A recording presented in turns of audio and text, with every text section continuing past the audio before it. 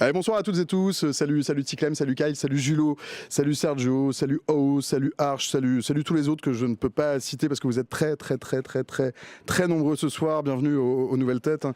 Salut à toutes celles et ceux qu'on connaît bien, qu'on a plaisir à retrouver pour 2 bonnes heures de stream ensemble, ce sera jusque 20h, 2 heures pendant lesquelles vous posez vos questions directement dans le chat et moi je les passe aux invités, vous avez le droit de grogner, d'interpeller, de chafouiner, c'est votre espace et ce stream, on le fait ensemble au programme de ces 2 heures, le premier tour des élections législatives, le 30 juin prochain, avec des candidats déjà en campagne, des alliances qui se font, qui se défont, qui se consolident, qui se conditionnent.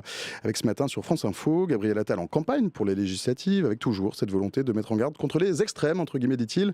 Selon lui, l'extrême droite comme l'extrême gauche nous promettent dans leur programme un matraquage fiscal à tous les étages. Gabriel Attal qui promet par ailleurs d'inscrire dans la prochaine loi de finances la décision de ne pas augmenter les impôts. À gauche, Olivier Faure défend l'idée d'un vote des députés qui seront élus pour désigner un potentiel Premier ministre. Un sujet de désaccord entre le PS et les Insoumis qui veulent que ce soit le groupe parlementaire le plus important qui propose un nom pour Matignon. Et à l'extrême droite, Jordan Bardella, qui n'envisage pas de devenir Premier ministre, qui envisage de devenir Premier ministre à la seule condition que le RN, le Rassemblement National, obtienne la majorité absolue. On va parler de tout ça ce soir avec toutes vos questions, peut-être un petit peu les miennes, avec 5 jeunes engagés, des militants, des jeunes responsables politiques, peut-être des futurs responsables politiques de premier plan. On va parler de pouvoir d'achat, de retraite, d'environnement, d'écologie, d'agriculture et de tous les autres sujets que vous aurez envie d'aborder avec nous. Donc pour un stream un peu spécial de 2 heures. Alors 2 heures, ça peut être un peu long. On va peut-être faire une pause donc à 19h05 pour boire un coup, ça aller se laver les mains par exemple, tout ce genre de choses. Et on reprendra à 19h05 pour 1 heure de débat. Tout ceci devant nous mener jusque 20h. Pour l'heure et pour l'instant, il est à peu près à 19h à Beyrouth. Il est à peu près déjà demain à Sydney et Tokyo. Il est 16h en temps universel. Il est exactement 18h05 passé de 29 secondes à Paris. Il est l'heure que vous voulez sur Twitch. Et bienvenue à toutes celles et ceux qui nous rejoignent. Bonsoir Louis Larédon. Bonsoir. Louis, vous êtes porte-parole et secrétaire national des Jeunes Socialistes. Tout à fait. Bienvenue. Merci. Bonsoir Octave Plessis-Robinson. Alors moi c'est juste Octave Plessis, mais bonsoir à vous. Pourquoi Robinson? Eh ben je ne sais pas. D'où ça vient? Bonne question. Salut Octave Plessis. Et bonjour. Bonsoir. Bienvenue, vous êtes porte-parole des Jeunes Écologistes. C'est ça. Louison Bastien, bonsoir. Bonsoir. Vous êtes référent du Nord des Jeunes avec Macron. À vos côtés, bonsoir Zoé PB. Pébaï, mais Pébaï. bonsoir. Bonsoir Zoé. Vous êtes militante France Insoumise, candidate pour le nouveau Front Populaire dans la deuxième circonscription du Cantal. Et enfin, Pierre-Romain Thionnet, bonsoir. Bonsoir. Vous êtes directeur national des Jeunes du Rassemblement National. Alors d'habitude, quand on a à peu près la même tranche d'âge, on se tutoie un peu dans ce stream. Il me semble que comme les personnes que je reçois représentent d'autres gens, c'est bien de les vous voyer par égard à ceux qui le représentent. Avec peut-être une première question pour se chauffer. Si vous deviez mettre une note là à votre parti pour qualifier votre entrée dans la campagne, vous mettrez quelle note et si elle n'était pas très bonne, comment on pourrait l'améliorer? À vous l'honneur. Je crois que je vais mettre un 10 sur 10, mais pour une bonne raison. Et peut-être qu'on arrivera à trouver un accord sur ça, peut-être sauf avec le représentant de la majorité présidentielle évidemment. Mais si aujourd'hui on est en campagne législative, si aujourd'hui il y a la possibilité de tourner une page, celle du macronisme, d'avoir un nouveau gouvernement, c'est parce que Jordan Bardella et le Rassemblement National ont fait un très gros score aux élections européennes. Il y a eu énormément de choses qui se sont passées depuis dimanche dernier, donc on a tendance à l'oublier, mais il y a eu les résultats de l'élection présidentielle de dimanche dernier, dimanche précédent, et où le Rassemblement National a fait 32% des voix et a relégué à plus ou moins la moitié de son score le représentant de la majorité présidentielle. Et donc c'est évidemment pour cela qu'il y a une dissolution, parce que la composition politique à l'Assemblée nationale ne reflétait plus l'opinion à l'instant T de l'opinion publique française.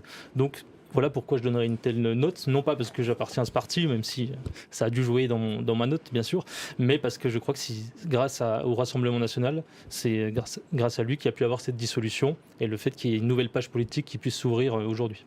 Merci Pierre-Romain. Louis Larédon peut-être. Alors dans le chat déjà, il y a quelqu'un qui nous interpelle sur le fait que effectivement la parité est vraiment pas respectée, et c'est tout à fait vrai. On a démarché beaucoup de gens, et voilà, les gens qui sont là sont ceux qui nous ont répondu. Bien sûr que les femmes sont les bienvenues sur ce plateau. En l'occurrence, il n'y a que Zoé qui a répondu présente. Louis Larédon. Alors, pour revenir sur cette question de note, moi je mettrais un bon 19,36 au Parti Socialiste pour cette entrée en campagne. Je pense qu'effectivement, on sort d'une séquence politique inédite avec ces élections européennes. Le président Emmanuel Macron, dans un désespoir démocratique le plus complet, reconvoque les élections législatives. Il est à ça de donner le pouvoir à l'extrême droite, c'est l'affaiblissement structurel de la majorité présidentielle. On voit bien d'ailleurs que partout dans les circonscriptions, leurs députés ont peur, ils ont peur d'être balayés.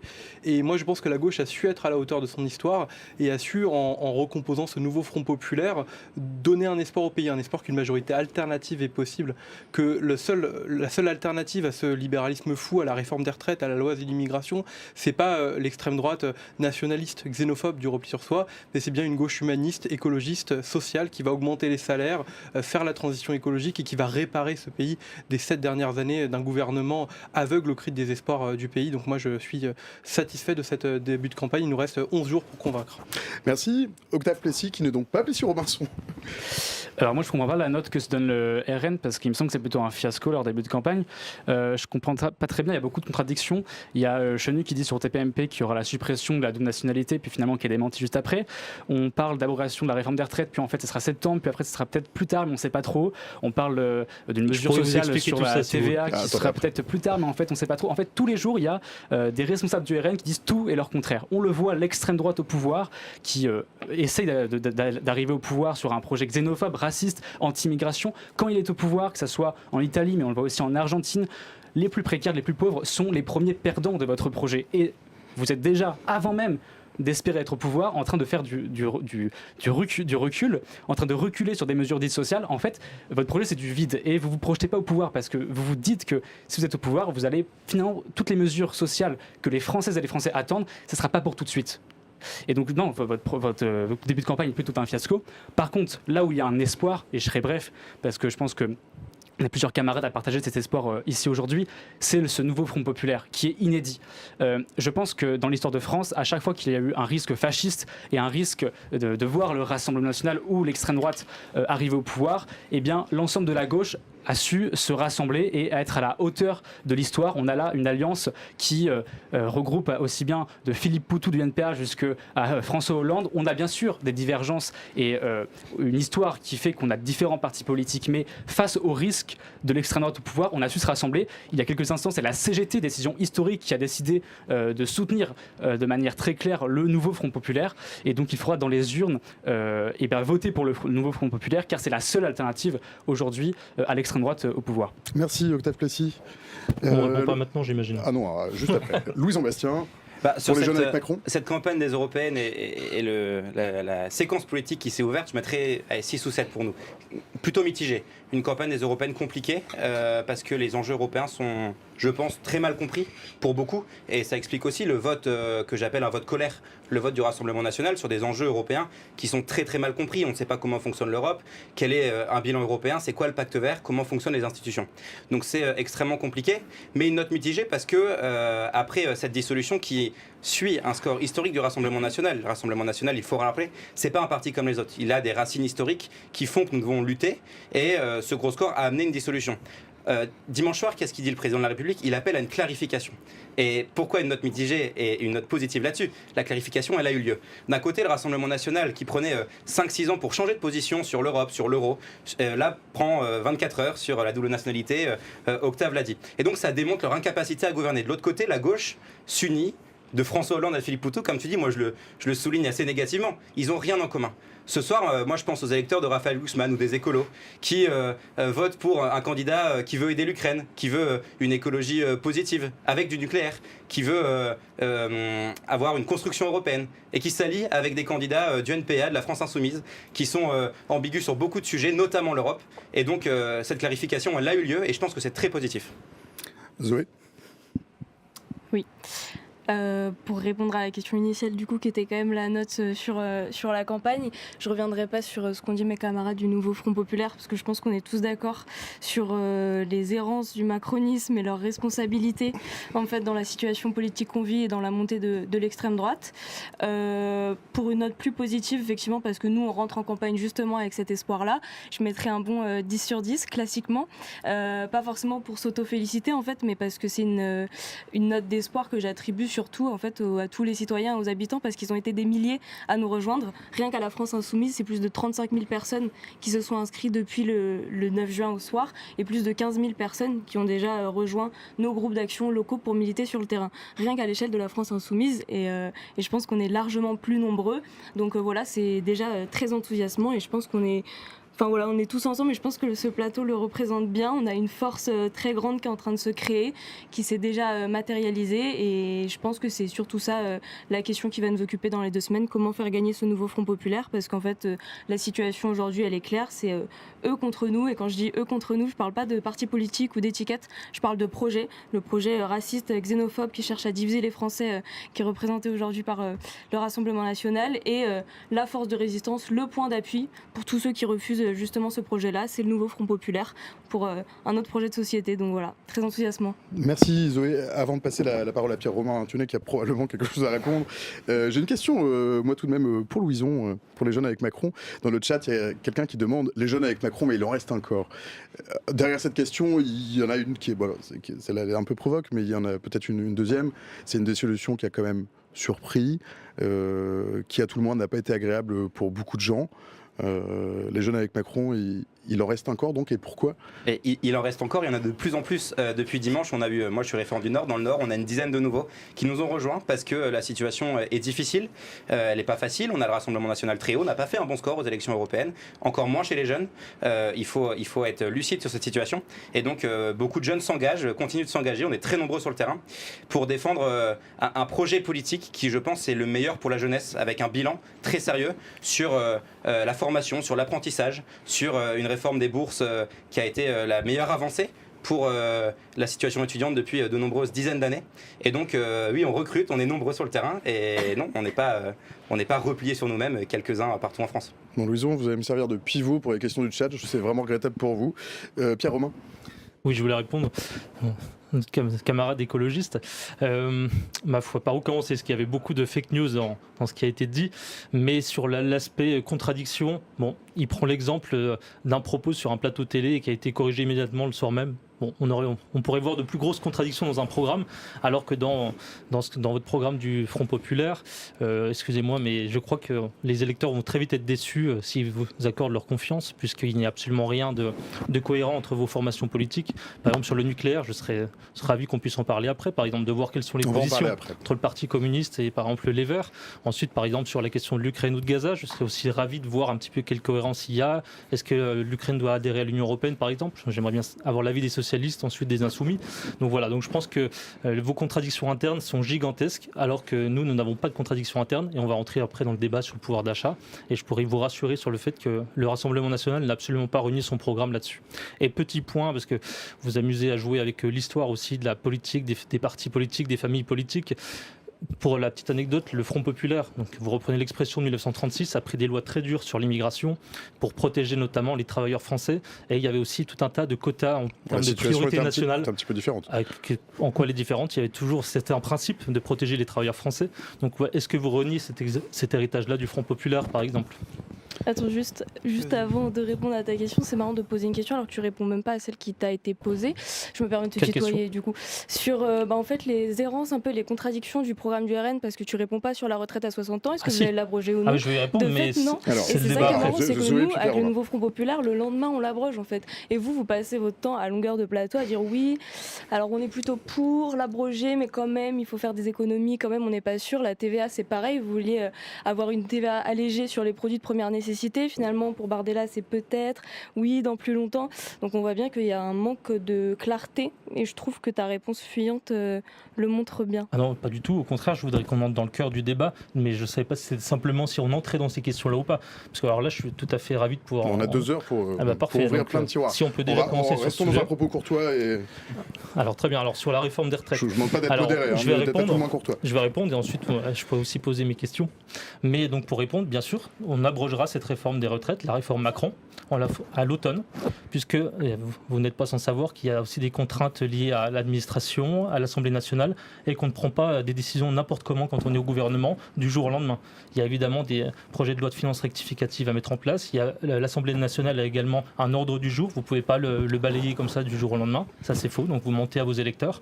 Et donc, nous, on est très clair. Il y a un temps des urgences avec des décrets ou des projets de loi qu'on prendra. Et ensuite, il y a le temps des réformes, dans un deuxième temps qui viendra dès l'automne 2024. Donc, ce n'est pas dans 5 ans, dans 10 ans, dans 15 ans. C'est dès l'automne 2024. On abrogera cette réforme et on mettra en place la nôtre, celle qu'on a proposée. Donc, sans entrer entièrement dans le détail, mais pour des principes très simples. Il y aura un départ à la retraite à partir de 60 ans pour tous ceux qui ont commencé à travailler avant 20 ans. Ça, c'est le principe de base de notre mesure. Ensuite, il y a un échelonnement progressif entre 60 et 62 ans lorsqu'on a 40 annuités. Et ensuite, ma foi, pour ceux qui seront entrés très tard sur le marché du travail, il est évident qu'ils ne partiront pas à la retraite à 60 ans. Mais là, je pense que c'est un principe aussi de justice sociale. Si on a fait de longues études assez confortables, on ne part pas à 60 ans, on peut partir plus tard. C'est pas quelque chose d'injuste socialement. Après, pour revenir sur la baisse de la TVA, c'est bien sûr dans notre programme, c'est justement dans le temps des urgences. Ce sera les premières décisions qu'on prendra via un projet de loi finance rectificatif, baisser la TVA sur les produits énergétiques et sur le carburant. Ensuite, on va faire un audit pour voir un petit peu l'état des comptes publics et il y aura en effet une mesure qui viendra plus tard. Non, c'est pas public. Non, c'est pas aussi simple que ça, je suis vraiment navré. Et ensuite, il y a une autre mesure qui viendra en effet sur les biens de première nécessité. Et là, ce sera dans un deuxième temps, le temps des réformes. Louis Laridon. On a eu un petit tac au tac entre eux deux, donc je C'est vais pas revenir parce que sur, vous êtes derrière que je vous oublie. Hein. je vais revenir Faites sur cette allusion historique, parce que je pense qu'effectivement c'est important de rappeler ce qu'a été 1936. 1936, ça a été les congés payés, ça a été la réduction du temps de travail, ça a été l'accélération de la scolarisation, et ça a été ceux qui, trahis par l'extrême droite, ont fait tomber le gouvernement et qui ont fait tomber l'Assemblée nationale, ce qui a permis l'élection et les pleins pouvoirs à Pétain. Parce que je ne pensais pas y venir aussitôt, mais pardon, puisqu'on parle d'histoire, on peut quand même se rappeler ce qu'est le Rassemblement national. Ce n'est pas un parti politique comme les autres. C'est un parti politique qui a une histoire, dont le Front national, ses membres ont été fondés par d'anciens Waffen-SS et d'anciens membres de l'OS. Et donc je vous le dis, les leçons sur l'histoire de ce qu'a été la gauche a toujours été son honneur de s'opposer à l'extrême droite et au fascisme. Alors que vous avez toujours été de ceux qui en sont nés et qui l'ont nourri. Et je le dis aux électeurs qui se trompent, c'est les mots de l'extrême droite, c'est la force de l'extrême droite de reprendre les mots et la colère populaire, d'aspirer et de surfer sur cette colère pour arriver au pouvoir. Mais arriver au pouvoir, Mélanie, elle n'a pas augmenté les salaires. Arriver au pouvoir, Bolsonaro, il n'a pas augmenté les salaires. Il a réduit les droits des travailleurs, il a interdit les syndicats, il s'oppose à droit à l'IVG. Voici le programme de l'extrême droite, voici la réalité de ce qui va se passer avec Bardella Premier ministre. En réalité, ce n'est pas vos factures d'électricité qui vont baisser, c'est vos droits, vos libertés individuelles, vos libertés fondamentales. Et il ne suffira pas d'être blanc pour que tout aille bien. Je vous le dis, regardez partout, que vous soyez une femme, un jeune, un étudiant, vos droits baisseront. Et donc voilà concrètement la menace qu'est le Rassemblement national aujourd'hui. Et des beaux discours n'effaceront pas votre histoire et vos projets. Bon, je vais répondre parce que là, c'est l'accusation en plus grave et totalement fausse historiquement. Je ne sais pas si vous avez fait des études d'histoire politique, mais en l'occurrence, vous faites partie du Parti socialiste, c'est bien ça ? Oui. Vous savez que tous vos héritiers, tous ceux dont vous êtes les héritiers, ont voté les pleins pouvoirs à Pétain. Non. Vous le savez quand même. Alors, Blum a été une exception peut-être. On va être un petit peu correct avec l'histoire tout de même. Interné, il a été enfermé en Allemagne par vos amis. Voilà la réalité. Enfin, vous savez que c'est une chambre socialiste qui a voté les pleins pouvoirs à Pétain. Non, c'est faux. Sur l'histoire du Front National, on ne peut pas donner tort à Louis Laridon. Et en plus, c'est pas une chambre socialiste qui a voté les pleins pouvoirs. Si vous avez défait ce gouvernement, vous avez défait cette Assemblée nationale. C'est une chambre basse de droite conservatrice qui a voté les pleins pouvoirs. Vous avez le droit de dire que c'est peut-être pas le débat et que le Rassemblement national a peut-être changé. Après, sur l'histoire, c'est compliqué de faire mentir l'histoire. La question est, est-ce que parmi les fondateurs du FN, il y avait des gens qui avaient appartenu à la collaboration à l'OAS ? Bien sûr. Il y avait aussi des gens qui avaient appartenu à la résistance, qui sont décorés de la Légion d'honneur, de la croix de la résistance, et ça vous le dites pas, parce que l'histoire est plus compliquée, elle est liée à l'Algérie française en effet, elle n'est pas liée à la Seconde Guerre mondiale. Et ensuite, moi j'invite tout le monde à regarder, parce que là vous mentez en direct, le Parti socialiste, c'est le vote des pleins pouvoirs à Pétain en 1940. Arrêtez de me dire. Bon, c'est un débat sur lequel vous ne c'est un tombez pas débat d'accord. historiquement Les gens pourront faux. trouver les informations sur sûr, Internet, Faux. peut-être qu'on peut L'Assemblée débattre. nationale a été dissoute à l'issue du gouvernement du Front populaire qui a été tombé par une alliance des conservateurs et de la droite. Et donc la chambre qui a voté les pleins pouvoirs à Philippe Pétain n'est pas la chambre qui a été élue suite à la vague du Front populaire. Et c'est historiquement faux. Vous mentez. C'est vous une chambre de gauche. C'était pas une chambre de gauche, c'était une chambre de droite avec un gouvernement de droite. N'importe quoi. Et Tout le monde Léon va- Blum n'était plus Bon. Premier ministre. Le gouvernement était Il tombé y a et pas la que Léon Blum, majorité, la majorité était de droite. Bon, on invite tout le monde à aller voir le vote de 1940 à Pétain. Ils regarderont l'étiquette Bon, de toute politique façon, je des pense gens. que tout le monde a Google Voilà. et tout le monde sait s'informer, et notamment sur France Info. Sur France Info, on ment pas. Octave Plessis. Oui, peut-être, on sent le RN fébrile comme d'habitude, et enfin. Le RN n'est pas à l'aise avec son histoire. Pour parler peut-être d'espérance, d'espoir, là, nous, on n'est pas fébrile. On dit que dès qu'on arrivera au pouvoir avec le nouveau Front populaire, il y aura des mesures d'urgence sociale. Il y aura, par exemple, l'abrogation de la réforme des retraites. Donc, on retombera directement à une retraite à 62 ans, et plus tard, on aura une réforme pour tendre vers une retraite à 60 ans. On aura un blocage des prix, à la fois sur les produits de première nécessité, sur l'alimentation, aussi sur l'électricité, mais aussi sur l'essence pour les transports. Donc, en fait, on touche à l'alimentation, au loyer et à l'essence pour redonner du pouvoir d'achat, et nous on aime bien plutôt dire du pouvoir de vivre, une respiration pour des millions de Françaises et de Français. On aura également une augmentation des salaires avec l'augmentation du SMIC à 1 600 € qui mécaniquement fera augmenter les salaires. Voilà. Le Front populaire, dès qu'il arrive au pouvoir, il n'y aura pas de peut-être dans quelques mois on verra, c'est directement des mesures d'urgence sociale pour redonner du pouvoir de vivre à des millions de Françaises et de Français qui en ont besoin. Nous, on n'a pas des mesures anti-immigration, racistes, xénophobes qui nous empêchent de légiférer ou d'agir pour le social et pour l'écologie. Apparemment, vous, c'est plutôt votre priorité, le social c'est plus tard, nous le social c'est tout de suite dès qu'on arrive au pouvoir. Vous écoutez pas les réponses. Et je vais rebondir quand même, je pense. Oui, il n'est pas évident que vous tombiez d'accord à la fin. C'était pas forcément le but, c'est que vous opposiez simplement vos idées. C'est ça, et je vais répondre. Je sais même pas par quoi commencer parce qu'il y a eu tellement de choses aberrantes qui ont été dites. Ça pourrait être drôle en fait si la situation n'était pas aussi dramatique, mais moi je suis toujours d'accord pour rappeler les origines historiques du Rassemblement national et du Front national.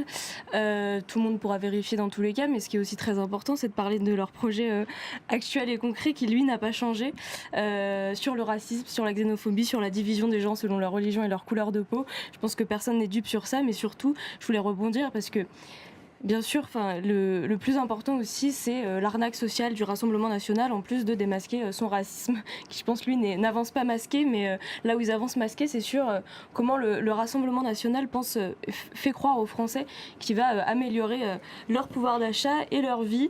Je pense, du coup, c'est toujours bon de rappeler quelques votes, voire beaucoup de votes. Vous êtes toujours opposés à l'augmentation du SMIC, à l'indexation des salaires sur l'inflation. Vous soutenez le marché européen de l'électricité qui a fait flamber les factures. Bien sûr que si vous avez voté au Parlement européen. Donc dans tous les cas, ça pourra se vérifier très simplement. Non, donc voilà, je pense que vos votes parlent pour vous-même en fait. Et donc quand on vote systématiquement contre toutes les avancées sociales que nous on propose concrètement pour ce pays, pareil, le blocage des prix, c'est pareil. En fait, vous nous faites croire que c'est irréalisable. Déjà, ça a été réalisé dans le pays jusqu'aux années 80, donc c'est tout à fait réalisable. Et vous êtes contre. Vous me dites tout à l'heure, oui. On prendra des mesures sociales à l'automne. L'Assemblée nationale doit se laisser le temps de s'organiser. Pas du tout. En 15 jours, on peut faire un décret, on peut bloquer les prix. C'est ce que j'ai dit. Mais non, alors pourquoi vous le faites pas en fait ? Pourquoi vous êtes contre le blocage des prix de l'alimentation et de l'électricité ? Pourquoi vous êtes contre la hausse des salaires ? C'est pas parce qu'on s'oppose à vos mesures qu'on est contre le pouvoir d'achat. Ouais, ça doit être ça. Ouais. Du coup, alors je vais tout reprendre parce que là, c'est totalement faux en plus. Je viens d'expliquer comment j'allais procéder pour baisser la TVA sur l'électricité et sur le carburant avec un projet de loi de finances rectificative avec une session extraordinaire dès le mois de juillet. Donc là, je vous ai répondu. Donc vous mentez en disant qu'on ne prend pas de mesures immédiates, parce que c'est les premières mesures qu'on prendrait justement. Ensuite, vous mentez aussi sur la... D'ailleurs, vous reprenez ce que dit Manon Aubry, donc ça ne m'étonne pas tellement pendant le débat. On lui a apporté le démenti. Jusque-là, c'est pas... c'est pour ça que je dis ça, oui. C'est pour ça ne m'étonne pas beaucoup. Alors qu'on lui a apporté le démenti à chaque fois dans les débats, c'est de dire... Qu'est-ce que proposait Manon Aubry au Parlement européen ? C'était en effet sortir du marché de l'électricité, mais également sortir du nucléaire. Nous, on ne peut pas voter une connerie pareille. Donc ça, c'est pour ça qu'on ne l'a pas voté, évidemment.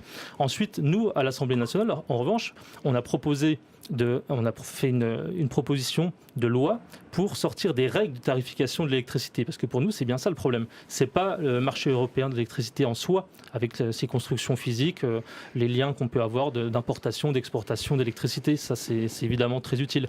En revanche, c'est le fait que le prix de l'électricité aujourd'hui, notamment du nucléaire, dépendent des centrales de gaz pour établir le prix de l'électricité en France. Donc nous, on s'y oppose totalement parce qu'on paye un prix de l'électricité plus cher que le prix auquel on pourrait le produire en France grâce à notre nucléaire historique. Donc voilà pourquoi on s'est opposé à votre proposition, parce qu'elle voulait sortir du nucléaire. Donc évidemment, on ne va pas voter ça. Vrai, vous avez Ensuite, d'autres occasions, vous n'avez toujours pas voté les amendements. On non, pourra vérifier. vous explique, et vous ne l'avez pas voté à l'Assemblée nationale, ce qu'on a proposé. Donc ça, c'est très intéressant. Ensuite, vous vous trompez sur le blocage des prix, parce que lorsqu'il y a une mesure pour notamment s'en prendre aux marges des grandes distributions, on a voté cette mesure. Donc là, vous vous trompez encore une fois. Et moi, j'aimerais bien vous demander, donc, l'ensemble de vos mesures, vous les prenez du jour au lendemain, mais par quels moyens législatifs? Comment vous faites?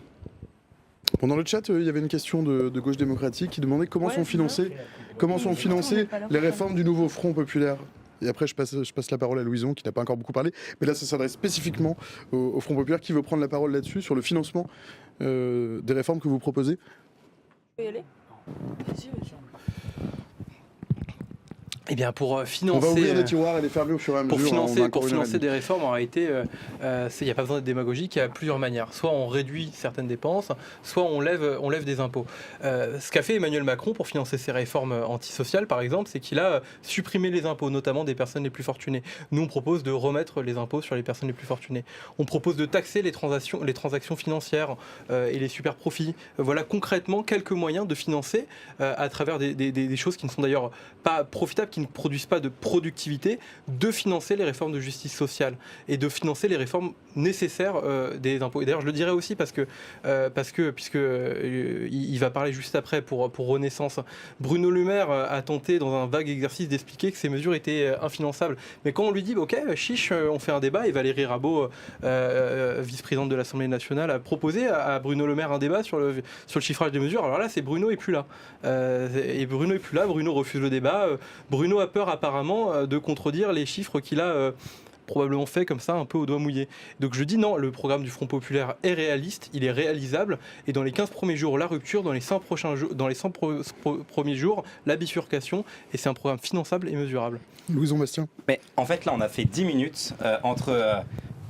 il y a une tripartition de la vie politique, personne n'est dupe là-dessus. D'un côté, le Rassemblement national, son histoire, merci de l'avoir rappelé, c'est important, son histoire sombre, et ses approximations sur à peu près tous les sujets. Et là, la gauche nous explique qu'ils arrivent avec un projet qui va révolutionner la société, qui a été budgétisé pas par Bruno Le Maire, par des cabinets et des économistes indépendants à 300 milliards par an. 300 milliards par an, c'est le PIB du Portugal. Le PIB du Portugal qui devrait être avancé chaque année, avec une retraite à 60 ans, avec le SMIC à 1600. Mais en fait, il n'y a pas d'argent. Il n'y a pas assez d'argent pour tout ça. C'est impossible. C'est le PIB du Portugal à trouver par an. Je crois qu'on ne se rend pas compte, mais le Rassemblement national, c'est pareil. C'est 100 milliards leur budget, leur projet. 100 milliards par an. 100 milliards, c'est 5 000 euros par Français et par an. En fait, face à ça, nous, on a un projet très clair, celui de ne pas augmenter les impôts. Et pas seulement pour les plus riches. On en a supprimé, la taxe d'habitation, c'est pour tous les Français. La suppression, pardon de le dire ici, de la redevance audiovisuelle, c'est pour tous les Français. Ça a des impacts concrets pour le pouvoir d'achat. Et franchement, c'est franchement pas crédible. Pas crédible. 300 milliards. Comment Prix on va les Nobel financer? d'économie. Bah écoutez, plus je vous fort en écoute, comment on le économique, finance 300 milliards. Mais par des recettes en fait. Nous, Lesquelles? Alors je vais vous en citer 3, tout simplement. Taxe sur les super profits, 15 milliards. ISF renforcé, 10 milliards. Stopper les niches fiscales polluantes, les plus polluantes, 60 milliards. Et on a même aussi 17 milliards de plus en rendant l'impôt sur l'héritage plus progressif. On n'est pas un tiers. Et puis plus largement, je pense qu'il faut du sérieux sur ces débats-là. On est le seul pays d'Europe à avoir une taxe sur la richesse, c'est l'IFI. On est le seul pays d'Europe à avoir mis pendant le Covid des taxations sur les super profits, sur le gaz, sur les laboratoires de production de vaccins et sur les laboratoires qui faisaient les tests Covid et qui ont forcément eu des super profits exceptionnels pendant la période Covid. Il faut du sérieux sur ces questions-là. Si on met des impôts à tout va en France, qu'est-ce qui se passe? Et ça, tout le monde le démontre. Ben, les gens s'en vont. Il faut une taxation au niveau européen, au niveau des pays de l'OCDE. Vous rigolez, vous êtes d'accord au niveau européen? Avec le programme excuse-moi, juste sur cette question. Sur cette question, juste, le programme du nouveau Front Populaire fera baisser les impôts pour 92% des Français, pour tous les Français qui gagnent moins de 4 000 euros. C'est très bien. La taxe d'habitation, et tu c'est pour parles de tous les 300 Français. milliards. Est-ce que tu sais les 200 milliards de cadeaux fiscaux qui sont faits aux plus grandes entreprises par la politique macroniste, sans aucune contrepartie sociale et écologique? Sauf que la majorité du Front Populaire était dans cette alliance de gouvernement derrière Hollande et ça a commencé sous Hollande. Ouais, à un moment donné, la question c'est qu'aujourd'hui... La France Insoumise n'y a pas participé. D'accord. Mais... vous êtes alliés aujourd'hui. On pourra parler sur la sincérité du Front Populaire. Du coup, je pense que c'est très intéressant. Du coup, tu es contre Non, pas du tout. Parce que la France, c'est le pays le plus attractif d'Europe, qui crée des emplois. On a un taux de chômage le plus bas depuis 20 ans. Le taux de chômage des jeunes le plus bas depuis 40 ans. Ça, je pense que c'est des résultats concrets. Alimentaires des étudiants. Non, mais je pense que... Et on parlera de la précarité étudiante. Vous proposez quoi pour tous les jeunes? Une allocation jeune. On ne prend pas en compte si la personne est étudiante. On ne prend pas en compte si la personne est rattachée au foyer fiscal de ses parents. L'universalité des droits. Non, mais c'est pas comme ça que ça marche. Donc un jeune de Neuilly et un jeune de Verdun, il a les mêmes sous. Mais c'est pas comme ça que ça marche. Il faut une réforme des bourses qui est territorialisée, c'est ce que nous prenons. Il faut une réforme des bourses qui touche les étudiants. Nous avons fait une réforme des bourses qui est la plus bonne avancée. Vous étiez au pouvoir avant, qu'est-ce que vous avez fait sur les bourses? Rien du tout. Rien du tout. On a mis 500 milliards sur la table, c'est la réforme des bourses, 500 millions, c'est la réforme c'est la réforme des bourses, un peu de sérieux budgétaire dans ce débat. C'est la réforme des bourses la plus importante depuis 40 ans. Ça fait beaucoup de privatisation tout ça. C'est sûr. Non mais voilà, c'est des résultats concrets et ça c'est pour les étudiants. Pour les jeunes actifs, il faut avoir une meilleure orientation pour que les jeunes trouvent des emplois plus vite. Ça, les résultats ils sont concrets. C'est le chômage des jeunes le plus bas depuis 40 ans. Je le répète parce que c'est important de le comprendre. Mais ça c'est issu de quoi? Ça vient pas au hasard. Ça vient par une meilleure orientation, par la réforme du lycée professionnel et surtout par le développement de l'apprentissage dans notre pays. L'apprentissage depuis 2017 il a augmenté, il a triplé. Et aujourd'hui personne ne peut nier que c'est une réussite parce que des jeunes en filière professionnelle, des jeunes en à peu près toutes les filières peuvent se former directement et trouver un emploi beaucoup plus rapidement. Nous préférons ça plutôt qu'une allocation qui va à tout le monde sans condition de ressources, sans condition de lieu d'études, de savoir même si on est étudiant, de rattachement au foyer fiscal de ses parents. C'est pas sérieux, ça c'est juste populiste comme proposition. C'est juste on donne de l'argent à tout le monde sans réfléchir. Et nous voulons aller plus loin avec les jeunes avec Macron. Nous proposons depuis des années la territorialisation des bourses. C'est-à-dire qu'un étudiant à Paris et un étudiant à Lille ou à Marseille, et c'est pas les villes les moins chères, donc c'est pas les bons exemples, disons à Saint-Brieuc, ils n'ont pas les mêmes besoins, pourtant ils ont les mêmes bourses. Est-ce que c'est normal? Pas du tout. Le logement est plus cher à Paris et à Lille. C'est ce que nous proposons avec les jeunes avec Macron. Est-ce que c'est dans le programme de Renaissance pour les élections? C'est dans le programme Jeunes avec Macron. Nous le défendons. Nous avons amené la réforme des bourses. Nous sommes une force. Non mais pardon, nous sommes une force de proposition au sein de la majorité présidentielle. C'est important de le dire. Nous voulons aller plus loin que cette réforme des bourses qui est déjà beaucoup plus que tout ce que Hollande a fait pour les étudiants pendant 5 ans. Et nous voulons aller plus loin avec une territorialisation. Je me permets de vous couper parce que le chat arrive comme ça de manière très, très opportune et qui nous dit c'est qui? C'est Genbot qui dit Macron mais il est au pouvoir depuis 7 ans et pourquoi vous n'avez pas fait ça avant? Mais à part la territorialisation qui est une avancée en plus, tout ce que j'ai dit c'est fait. J'étais obligé de vous la poser. Mais c'est vrai. Depuis 7 ans, qu'est-ce qui s'est passé? L'apprentissage x3. Je le répète, pardon de me répéter. L'apprentissage x3. Le chômage des jeunes, le plus bas depuis 40 ans. Le chômage, le plus bas depuis 20 ans. Le pays le plus attractif d'Europe. Et puis un point extrêmement important qui touche tout le monde, et surtout dans des territoires hors de l'Île-de-France, c'est que pour la première fois depuis des dizaines d'années, il y a plus d'emplois industriels qui se créent en France que d'usines qui ferment. Ça, c'est un point de bilan qui est extrêmement important et il faut le rappeler. Un exemple très concret, on en parlera en matière d'écologie. C'est un exemple très concret, très important. Dans mon territoire, dans le Nord, il y a des usines de batteries électriques qui ont été financées grâce à l'Union européenne, grâce à la France, grâce à l'attractivité de nos territoires. C'est plus de 10 000 emplois, directs et indirects, à Dunkerque et Douai, qui sont des régions qui ont vécu de plein fouet la mondialisation avec des fermetures d'usines. Ça revitalise des territoires. Ça, c'est un effet concret d'une politique équilibrée entre des investissements et un sérieux budgétaire. Je peux pas laisser... Pierre-Romain, qu'est-ce que propose le Rassemblement national pour les jeunes? Alors, je réponds juste avant sur le sérieux budgétaire parce que, bon, là, je pense que l'argument... après sur les jeunes. Hein. Je réponds après. L'argument de renvoyer dos à dos les extrêmes sur le sérieux budgétaire, il faut quand même rappeler que Emmanuel Macron au pouvoir, c'est quand même 1000 milliards de dettes supplémentaires en 7 ans. Bien sûr. Ensuite, Elles vont où les dettes? Ensuite, le plus important, vous avez menti à la représentation nationale pendant des mois. Oui, tout à fait. Il y a un rapport du Sénat qui vient de sortir, un rapport d'information qui montre que il y a eu un dérapage budgétaire de 15 milliards d'euros, donc ce qui fait qu'on est endetté à 5,6% du PIB, et que Bruno Le Maire était au courant et l'a caché, et ils ont menti lors de leurs interventions médiatiques en expliquant que non, tout était sous contrôle. Et en fait, vous faites de l'insincérité budgétaire depuis la dernière... le dernier projet de loi de finances, bien sûr, mais vous êtes épinglé par les propres services. Vous êtes épinglé par les services de l'État. Donc ne venez pas donner des leçons de sérieux budgétaire. Ne venez pas donner des leçons de sérieux budgétaire à vos oppositions, puisque précisément vous avez accumulé la dette française de 1 000 milliards d'euros. Donc ne venez pas donner des leçons sur ce sujet. Bien sûr, mais parlons de la dette, c'est un sujet extrêmement important.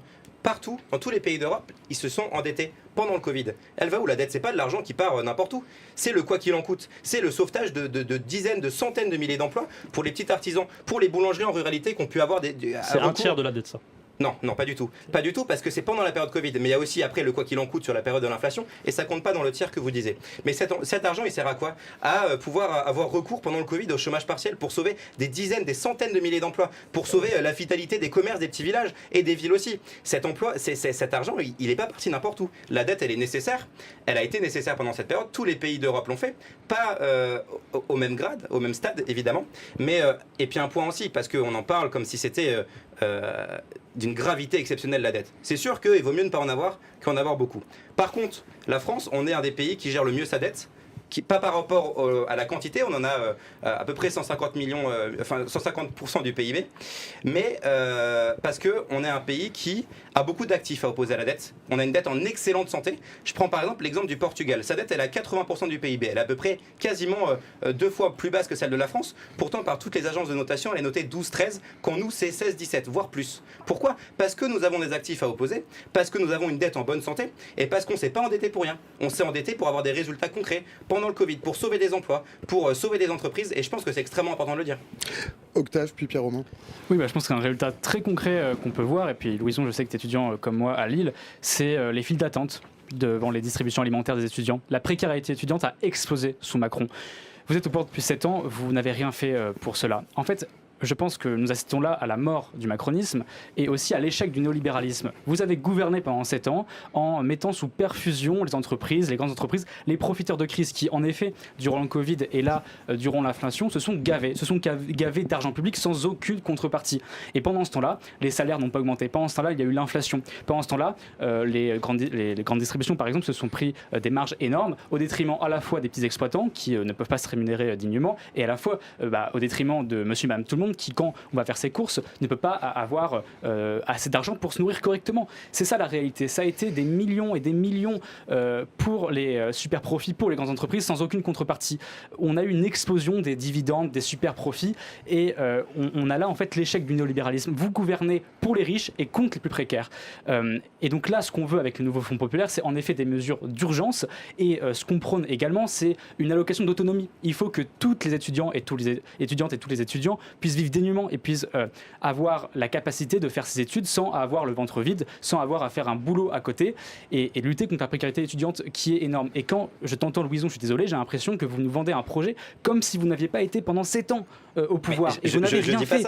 Vous n'avez rien fait en fait pour... Vous avez gouverné pour les plus riches et contre les plus précaires, et maintenant vous vous réveillez en disant ah oui, on va faire des super mesures, vous inquiétez pas. Pas du tout. Ça mais pas de sens. La différence entre toi et moi aujourd'hui, c'est qu'à 2 semaines des élections, on ne se réveille pas. On ne se réveille pas avec un projet de 300 milliards de déficit annuel. Moi, ce que je dis, c'est que, évidemment que la précarité étudiante, elle existe. Nous, on a apporté des solutions qui vont pas assez loin. Évidemment, c'est pour ça que nous, on propose une territorialisation, par exemple. Mais les écolos, ils ont été au pouvoir avant, avec les socialistes. Ils n'ont rien fait. Les files alimentaires, elles n'ont pas commencé en 2017. Ils n'ont rien fait. Ça a explosé sous Macron. Ça a explosé sous Macron parce que le contexte est horrible. Le Covid, c'est les étudiants qui ont été le plus durement frappés. Partout en Europe, il n'y a eu aucune protection. En France, on a mis en place le quoi qu'il en coûte. On a mis en place la réforme des bourses. Évidemment que ça ne va pas assez loin et que les étudiants ont été extrêmement durement touchés. Parce que c'est les personnes les plus précaires qui sont souvent très seules, pas forcément rattachées. Mais c'est extrêmement important de le dire. Petite remarque perfide de Robin dans le chat, c'est la solution, c'est de virer les étudiants pour les JO. Non, pas du tout. Désolé. Pas du tout. Non, je me permets de continuer ma réponse, mais en fait, nous, on a un projet sérieux, un bilan sérieux. C'est-à-dire qu'on a mis en place des choses. Alors évidemment que ça va pas assez loin, il faut être lucide de le dire. Ça va pas assez loin, je ne dis pas qu'il n'y a pas de file étudiante, de précarité étudiante. Et puis, aussi, il y a un sujet de réponse qui a été assez importante. Les files alimentaires qui ont été dites, c'était pour beaucoup les étudiants étrangers. Et ben en face, on a mis une réponse, c'est tripler les bourses des étudiants étrangers. Ça a été une réponse. Ça va peut-être pas assez loin. Évidemment qu'on n'a pas supprimé les files alimentaires en une semaine, mais c'est pas ça la politique. La politique, c'est d'avancer pas à pas, de prendre ce qu'il y a à prendre et surtout d'être lucide sur ce qui a été fait. Ce qui a été fait pendant 5 ans entre 2012 et 2017, c'est rien du tout. Nous, on a avancé des solutions. Ça va pas assez loin, je vous le concède, et il faut qu'on continue. Mais ça a avancé dans le bon sens, il faut le souligner. Et sur la question perfide, je me rappelle plus du pseudo, De Robin. De Robin. Salut Robin. Robin, bonjour Robin. C'est une citation, enfin, la question des étudiants qui ont été virés pour les JO. Virer, c'est un mot extrêmement fort. Ça a été des étudiants qui ont laissé leur chambre en résidence Crous après leur partiel. Il n'y a eu aucun étudiant qui a été viré avant des partiels, avant des examens. Ça a été fait après. Il y a eu un délai, je crois, de 2 ou 3 semaines obligatoire entre la fin. Non mais pardon, c'est important de le dire aussi. Non, mais c'était une question perfide de Robin. Pardon. Mais je vous en prie, continuez. J'ai répondu. Voilà. Ce que je veux dire, c'est que c'est important de contextualiser. C'est facile à dire, voilà, on a viré des étudiants pour les JO. Absolument. C'est pas ça la politique, c'est un peu du sérieux. Et voilà, si on est dans un format qui le permet. Absolument, a réussi à convaincre Robin. Peut-être que non, peut-être que oui. Zoé. Oui, je peux réagir à tout ce qui vient d'être dit, mais je saurais même pas par quoi commencer. En fait, je trouve que nos débats sont intéressants, mais peut-être pas tellement finalement, parce qu'on a l'impression que... Excuse-moi, hein, toi du coup qui représente le camp macroniste, je comprends que tu avances certaines de vos propositions et certains axes de vos bilans, mais juste on dirait que vous vivez dans un autre monde en fait, très honnêtement. En fait, nous en tant qu'étudiants précaires, même moi j'étais dans une file d'attente alimentaire une fois, et quand je parle autour de moi avec mes camarades, avec des gens avec mes anciens amis qui vivent là d'où je viens, juste, je pense que vous vivez dans une réalité parallèle, et évidemment là on fait un débat pour avancer nos propositions. Je pense que je sais pas si les gens qui nous regardent changeront d'avis à la fin de ce débat, mais en fait je pense qu'il faut dire les choses très clairement. Le bloc macroniste et ce que vous représentez ne parle plus aux gens dans la société. Les gens, le 9 juin, les résultats des élections du 9 juin l'ont montré, mais en fait c'est quelque chose qui se passe depuis des années. Vous n'avez pas de majorité dans le pays, et en fait la question là qui se pose dans les 2 semaines à venir, encore une fois je le redis, mais c'est le Rassemblement national contre nous, tout simplement à cause de vous, à cause de votre bilan, parce que votre bilan n'a convaincu personne. Les gens sont de plus en plus pauvres, les gens sont de plus en plus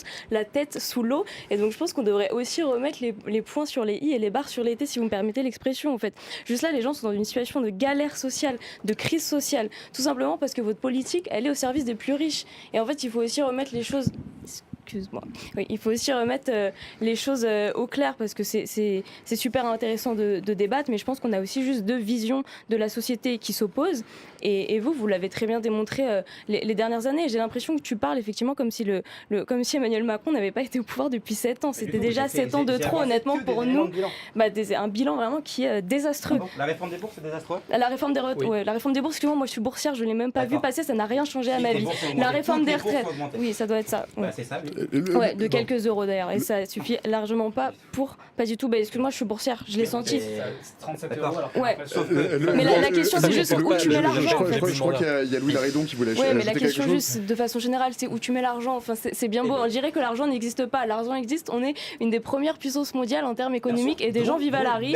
Les gens vivent à la rue. La plus avancée depuis 40 ans. D'accord. Et Taxer les riches. ouais, ou taxer les riches, ou juste, en fait, de façon générale, mieux répartir les richesses. Ne pas s'autoflageller et ne pas se priver de recettes, en fait. On va avancer progressivement dans... Ouais, mais je trouve ça bien aussi de remettre le cadre juste de nos désaccords qui sont profonds, et je pense que les gens qui y adhèrent, ils s'identifient aussi à ça. Et je pense que la question, en fait, c'est effectivement quel modèle de société on veut après le 8 juillet. Et ce qu'on observe à l'issue de ces élections européennes, à l'issue de 7 ans de gouvernement Macron, c'est que cette tripartition qui a dominé la vie politique, elle est désormais terminée. Aujourd'hui, on assiste à une bipartition de la vie politique. Ce sera, au lendemain du 8 juillet, la gauche contre l'extrême droite. Et c'est un peu le retour de la grande histoire, parce que la question, c'est quel projet de société, quelle vision. On va attendre, je pense, notre collègue du Rassemblement national défendre ses propositions, défendre sa vision de la société. Mais moi, je le dis aussi, si on est dans cette situation-là, c'est parce qu'Emmanuel Macron a un bilan. C'est très sympa de se ramener tout le temps au mandat 2012-2017, mais Emmanuel Macron est président de la République depuis 2017. On est en 2024, 7 ans de pouvoir, 7 ans d'inaction. Et puisqu'on parlait des étudiants, moi, un exemple symptomatique, le plan Bienvenue en France, l'augmentation des frais de scolarité pour les étudiants étrangers extra-communautaires. Et après, bah oui, on s'étonne qu'ils fassent la queue dans les files d'attente alimentaires. On augmente leurs frais d'inscription. Et concrètement, c'est aussi l'augmentation des frais d'inscription pour les étudiants en doctorat, des étudiants qu'on vient attirer de l'international pour les salariés en France. Et en fait, on leur pique un mois de salaire pour leur inscription. Des propositions concrètes qu'a fait la majorité présidentielle nous ont amené à la situation sociale qu'on connaît. Et moi, je le dis, effectivement, je pense qu'on ne voit pas la même chose sur le territoire. Et je pense que vous êtes encore sonné des résultats du 9 juin. C'est normal, ça fait qu'une semaine, vous n'avez pas eu le temps de vous remettre et de vous rendre compte du raz-de-marée et du séisme qui est en train de se préparer dans le pays. Il faut être à la hauteur de l'histoire, il faut que vous vous rendiez compte que le pays est plus fracturé que jamais. Il est à ça de basculer à une majorité d'extrême droite du Rassemblement national. Les Républicains, il n'y a pas de représentants ce soir. Pourtant, notre collègue Guillaume Carillon, président des Jeunes Républicains, je suis sûr qu'il aura eu des choses intéressantes à dire. Parce qu'en fait, on voit l'effondrement structurel de la famille gaulliste, de la droite républicaine, qui vient se compromettre avec Ciotti dans un espèce de vaudeville un peu déprimant. On disait, c'était la gauche, regardez, la gauche, c'est le chaos. Mais aujourd'hui, c'est qui le chaos ? C'est un président de la République qui dissout sans consulter son Premier ministre, sans consulter ses proches, qui appelle Pascal Praud une heure avant pour lui dire, en fait, je vais dissoudre. C'est une famille gaulliste républicaine qui vient trahir toute leur histoire, toutes leurs valeurs pour faire une alliance avec le Rassemblement national. C'est ça. En fait, c'est la droite, le chaos aujourd'hui. Et vous êtes la droite. Et donc, à la gauche de relever le niveau, et je le dis, on pourra avoir un débat sur les propositions, je pense que ça intéressera aussi les spectateurs, mais il faut surtout sortir du chaos dans lequel vous avez mis le pays. Pierre-Romain, je vous passe la parole immédiatement après. J'ai quand même une question du chat, parce que le chat, j'aime bien quand même que ce soit un peu prioritaire, et je vous la passe immédiatement après. C'est une question pour Louison. Désolé Louison, c'est pour vous, hein, vous êtes le pivot un peu là. C'est Gilot qui vous demande, la position des jeunes avec Macron, ce sera quoi dans les circos partagés entre le Front Populaire et le RN ? C'est une question qui est revenue 50 fois dans le chat. Mais c'est une question extrêmement intéressante, parce qu'en fait là, c'est une question plus large, c'est quel projet de société on a vous voterez pour qui, vous ? Dans cette élection. Mais en fait, je ne voterai Vous évidemment hésitez ? non, je ne voterai évidemment jamais pour le Rassemblement national. Je vous remercie d'avoir cité les racines historiques qui sont les leurs. Un des fondements de mon engagement, c'est de lutter contre le Rassemblement national, et évidemment que je ne voterai jamais pour le Rassemblement national. Et même, je vais plus loin, on a souvent le débat avec plusieurs militants. Il ne faut pas, moi je ne mets pas sur un pied d'égalité le Rassemblement national avec aucun autre parti de la sphère politique, des partis importants de la sphère politique française aujourd'hui. Par contre, ce qu'il faut faire, c'est déplorer cette alliance de gauche qui renie absolument toutes les valeurs qu'ils ont. Pour gratter 3 circos. Et votre ennemi, c'est quoi ? C'est le Front Populaire ou c'est le Rassemblement national ? Mais mon ennemi, c'est les personnes qui font de la politique comme ça, qui font de la politique en reniant absolument toutes les valeurs sans penser à leurs électeurs. Moi, je pense aux électeurs de Raphaël Glucksmann, qui ont voté pour un candidat. Pardon. Ils sont très satisfaits. Ah oui, ils doivent être super. Mais Louison, vous avez répondu C'est à la vraiment la question. déchéance du macronisme, excusez-moi, juste. On y reviendra peut-être après. Non mais pardon. Moi je voterai jamais pour le Rassemblement national. Je le redis. Je voterai. Moi dans ma circonscription, on verra bien. Moi il y a pas de sujet. Je voterai jamais pour le Rassemblement national. Je voterai pour un candidat de la gauche. C'est un candidat de la gauche républicaine. Faut voir les propositions. Ça veut dire quoi la gauche républicaine ? Ça veut dire une gauche qui respecte les institutions. Ça veut dire une gauche qui n'est pas ambiguë sur l'antisémitisme. Ça veut dire une gauche. Personne n'est ambigu sur l'antisémitisme ni sur aucune forme de racisme. Bien sûr que si. On y reviendra peut-être après. Bien sûr que si. On y reviendra parce que c'est extrêmement important. Du coup, juste pour qu'il finisse sur J'avais pas terminé, je vous ai laissé parler tout à l'heure. Quand je parle des électeurs de Raphaël Glucksmann, c'est qu'il y a des Français qui ont voté pour un candidat qui, pendant 3 mois, a défendu une Europe qui aide l'Ukraine, qui a défendu une Europe qui investit dans le nucléaire. On a toujours voté pour et c'est dans le programme. Non mais pardon, laissez-moi finir. On a toujours voté pour le soutien. On a voté pour, vous pouvez regarder. Ne ferez pas le spectacle de vos aînés, s'il vous plaît. Bien sûr, mais de mon parti, je pense que je peux un peu mieux que vous savoir ce qu'ils pensent. Mais non, mais par contre, à qui j'ai été en contact pendant toute la campagne d'élection européenne. D'accord. Le front de gauche, ce Front populaire, vous vous mettez avec des partis politiques qui ont voté contre les aides à l'Ukraine. C'est vrai, vous vérifiez. Mais je peux finir ou pas? Il y a quoi dans le programme? Je peux finir. Mais pardon. Très brièvement. On y reviendra après. Non, Louison, allez-y. Oui, merci. Non mais concrètement, c'est pas. Dans ce cas-là, vous reniez vous aussi, parce que vous avez voté contre à l'Assemblée nationale. Vous avez voté la moitié du soutien financier français. Vous avez voté contre en Union européenne. Vous avez voté contre les aides militaires. Je pense que non mais c'est totalement vrai. Toutes les personnes qui regarderont pourront aller voir, comme le Rassemblement national. Ils ont voté contre. Ils ont voté contre. Et donc, on a un projet politique de gauche.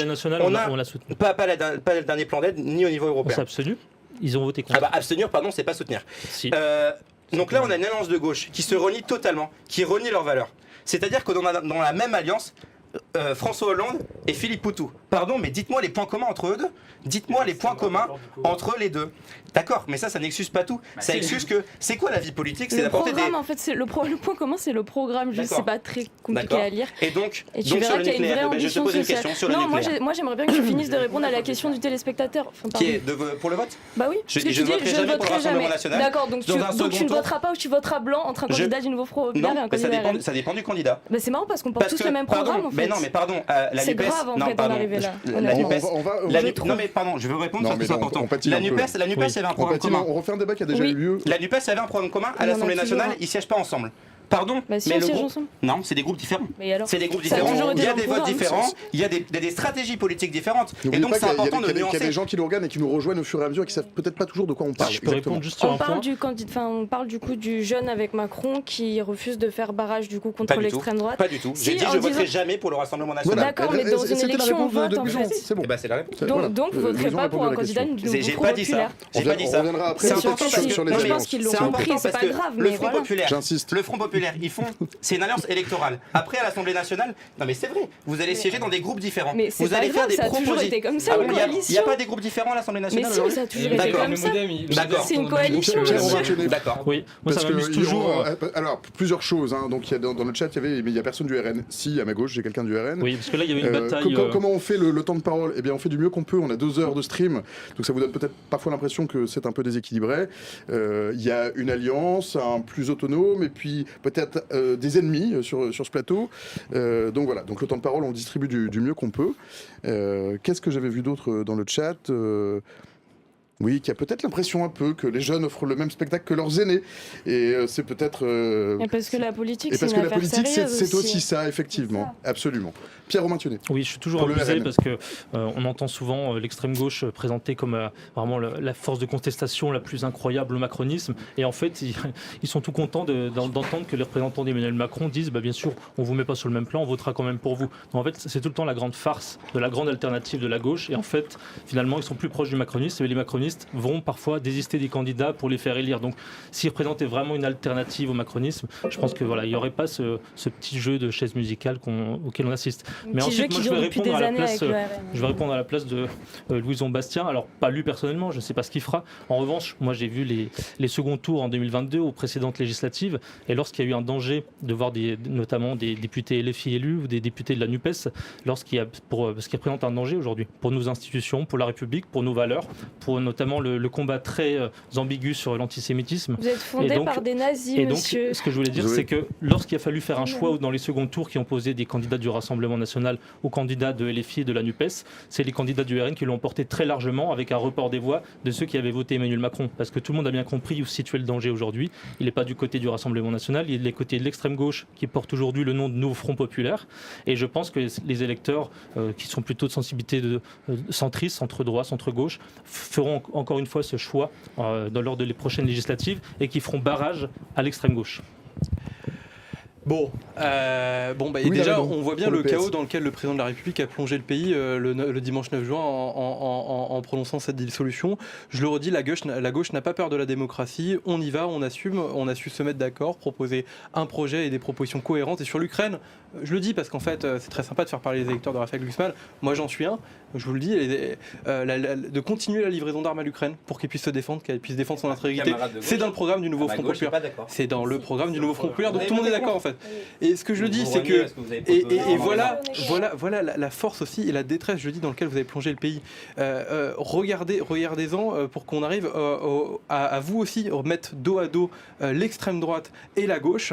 Vous en arrivez à obtenir un rassemblement national qui dit oh regardez, moi il faut que je voterai même pour un macroniste contre un LFI, parce que imaginez, ou pour un macroniste contre un PCF, parce que vous imaginez le scandale. Vous rendez-vous compte de la situation dans laquelle on a mis le pays. Et je dis, les électeurs de centre-gauche, ils voteront pas Rassemblement national. Les électeurs de gauche, eux, ils ont la mémoire longue. Ils savent où est leur histoire. Ils savent où étaient les grands-parents des militants socialistes et communistes en 1941. Et je vous le dis, non, mais on se souvient, le secrétaire général des jeunes socialistes est mort dans les camps de concentration. Il est mort à Auschwitz. Donc merci. Donc je vous le dis, le secrétaire général des jeunes socialistes en 1942 est décédé dans les camps de concentration de l'Allemagne. Qu'est-ce que j'ai à voir avec ça? Nous connaissons, c'est l'histoire de votre parti politique. Mais pour sortir un peu de l'histoire, avec le PCF, vous savez ce que faisait le PCF voici entre 39 et 41. Voici ce que propose le nouveau Front populaire, parce que je pense qu'il faut qu'on donne de la perspective. Vous avez désormais 2 projets de société clairs. Celui du repli sur soi, de la xénophobie, de la fermeture du pays et du retour en arrière. Ou un autre projet, un projet de progrès social, l'augmentation du salaire, l'augmentation des minima sociaux, l'investissement dans le logement social pour que chacun ait le droit au logement. Des impôts. L'augmentation, oui, des impôts pour les plus riches, parce que la fiscalité doit être juste. Chacun doit contribuer à sa juste manière. Les 90% des Français verront j'ai été obligé de prendre une feuille pour voir toutes les taxes que vous allez mettre, parce que c'est pas du tout que les plus riches verront leur impôt baisser. Des taxes après. Et 90, hausse des cotisations vieillesse, taxation des revenus de l'épargne, taxation des heures supplémentaires, surcotisation des hauts salaires. En fait, 90% des Français ne sont pas concernés par ces mesures fiscales. Les successions, les Français ne sont pas concernés. Mais les Français ne sont pas concernés sur les successions. Vous pensez qu'ils transmettent combien la succession, les Français? Un patrimoine de 1 million d'euros que tous les Français héritent de 2 châteaux comme la famille Le Pen. Donc je dis, voilà, où est la bifurcation écologique? Il faut protéger le pays, il faut réparer le pays qui est abîmé par ces 7 années d'un gouvernement libéral. Et donc voilà le projet du nouveau Front populaire. Et je suis désolé de le dire parce que j'ai quasiment de la peine pour mon collègue macroniste, mais ils vont être balayés dans les urnes. Alors ne vous trompez pas, ceux qui hésitent. Le seul vote utile, le seul bulletin de vote utile le 30 juin, c'est celui du nouveau Front populaire. C'est le seul qui empêchera l'arrivée à l'extrême droite du pouvoir. L'arrivée de l'extrême droite au pouvoir, pardon, il est tard, on est fatigué, c'est la campagne. Je me permets de rebondir juste en plus pour dire quelque chose de positif justement, juste parce qu'on parlait de ce nouveau Front populaire et du fait qu'en fait c'est nous la seule et l'unique alternative, et surtout ça s'inscrit dans notre analyse qu'on fait depuis des années et qu'on a emprunté notamment, je leur rends hommage ici du coup aux chercheurs Stefano Palombarini et Bruno Amable sur le bloc bourgeois et l'avenir du bloc bourgeois qui est représenté politiquement par le camp macroniste. Ça ne sera une surprise pour personne. Et en fait, ce qui se passe, c'est que depuis des années, et là, ça s'est accéléré effectivement avec la séquence des européennes, on a juste le bloc bourgeois et le bloc macroniste qui, de fait, fait le choix de l'alliance toujours plus à droite jusqu'à l'extrême droite. Et donc, ce qui se passe aujourd'hui, et tu l'as très bien dit, mon camarade socialiste l'a très bien dit, et on le dit depuis le début, c'est que là, l'alternative, c'est juste eux contre nous. Et en fait, justement, j'espère qu'il y a encore des électeurs qui ont pu voter Macron dans leur vie une fois ou deux par erreur, qui se rappelleront en fait de la situation, enfin, qui se rappelleront de l'enjeu de la situation actuelle, qui va être effectivement un projet d'extrême droite raciste contre une alternative populaire, sociale, écologique qui est soutenue, et c'est ça aussi que je tenais à souligner, qui est soutenue bien au-delà des rangs des partis politiques traditionnels. C'est-à-dire qu'on est soutenu par tous les syndicats, par des collectifs, par des personnes engagées associativement dans le monde de la culture. Il y a eu des milliers de tribunes qui ont été faites à ce sujet. Par des milliardaires. Comment, excuse-moi ? Par des milliardaires.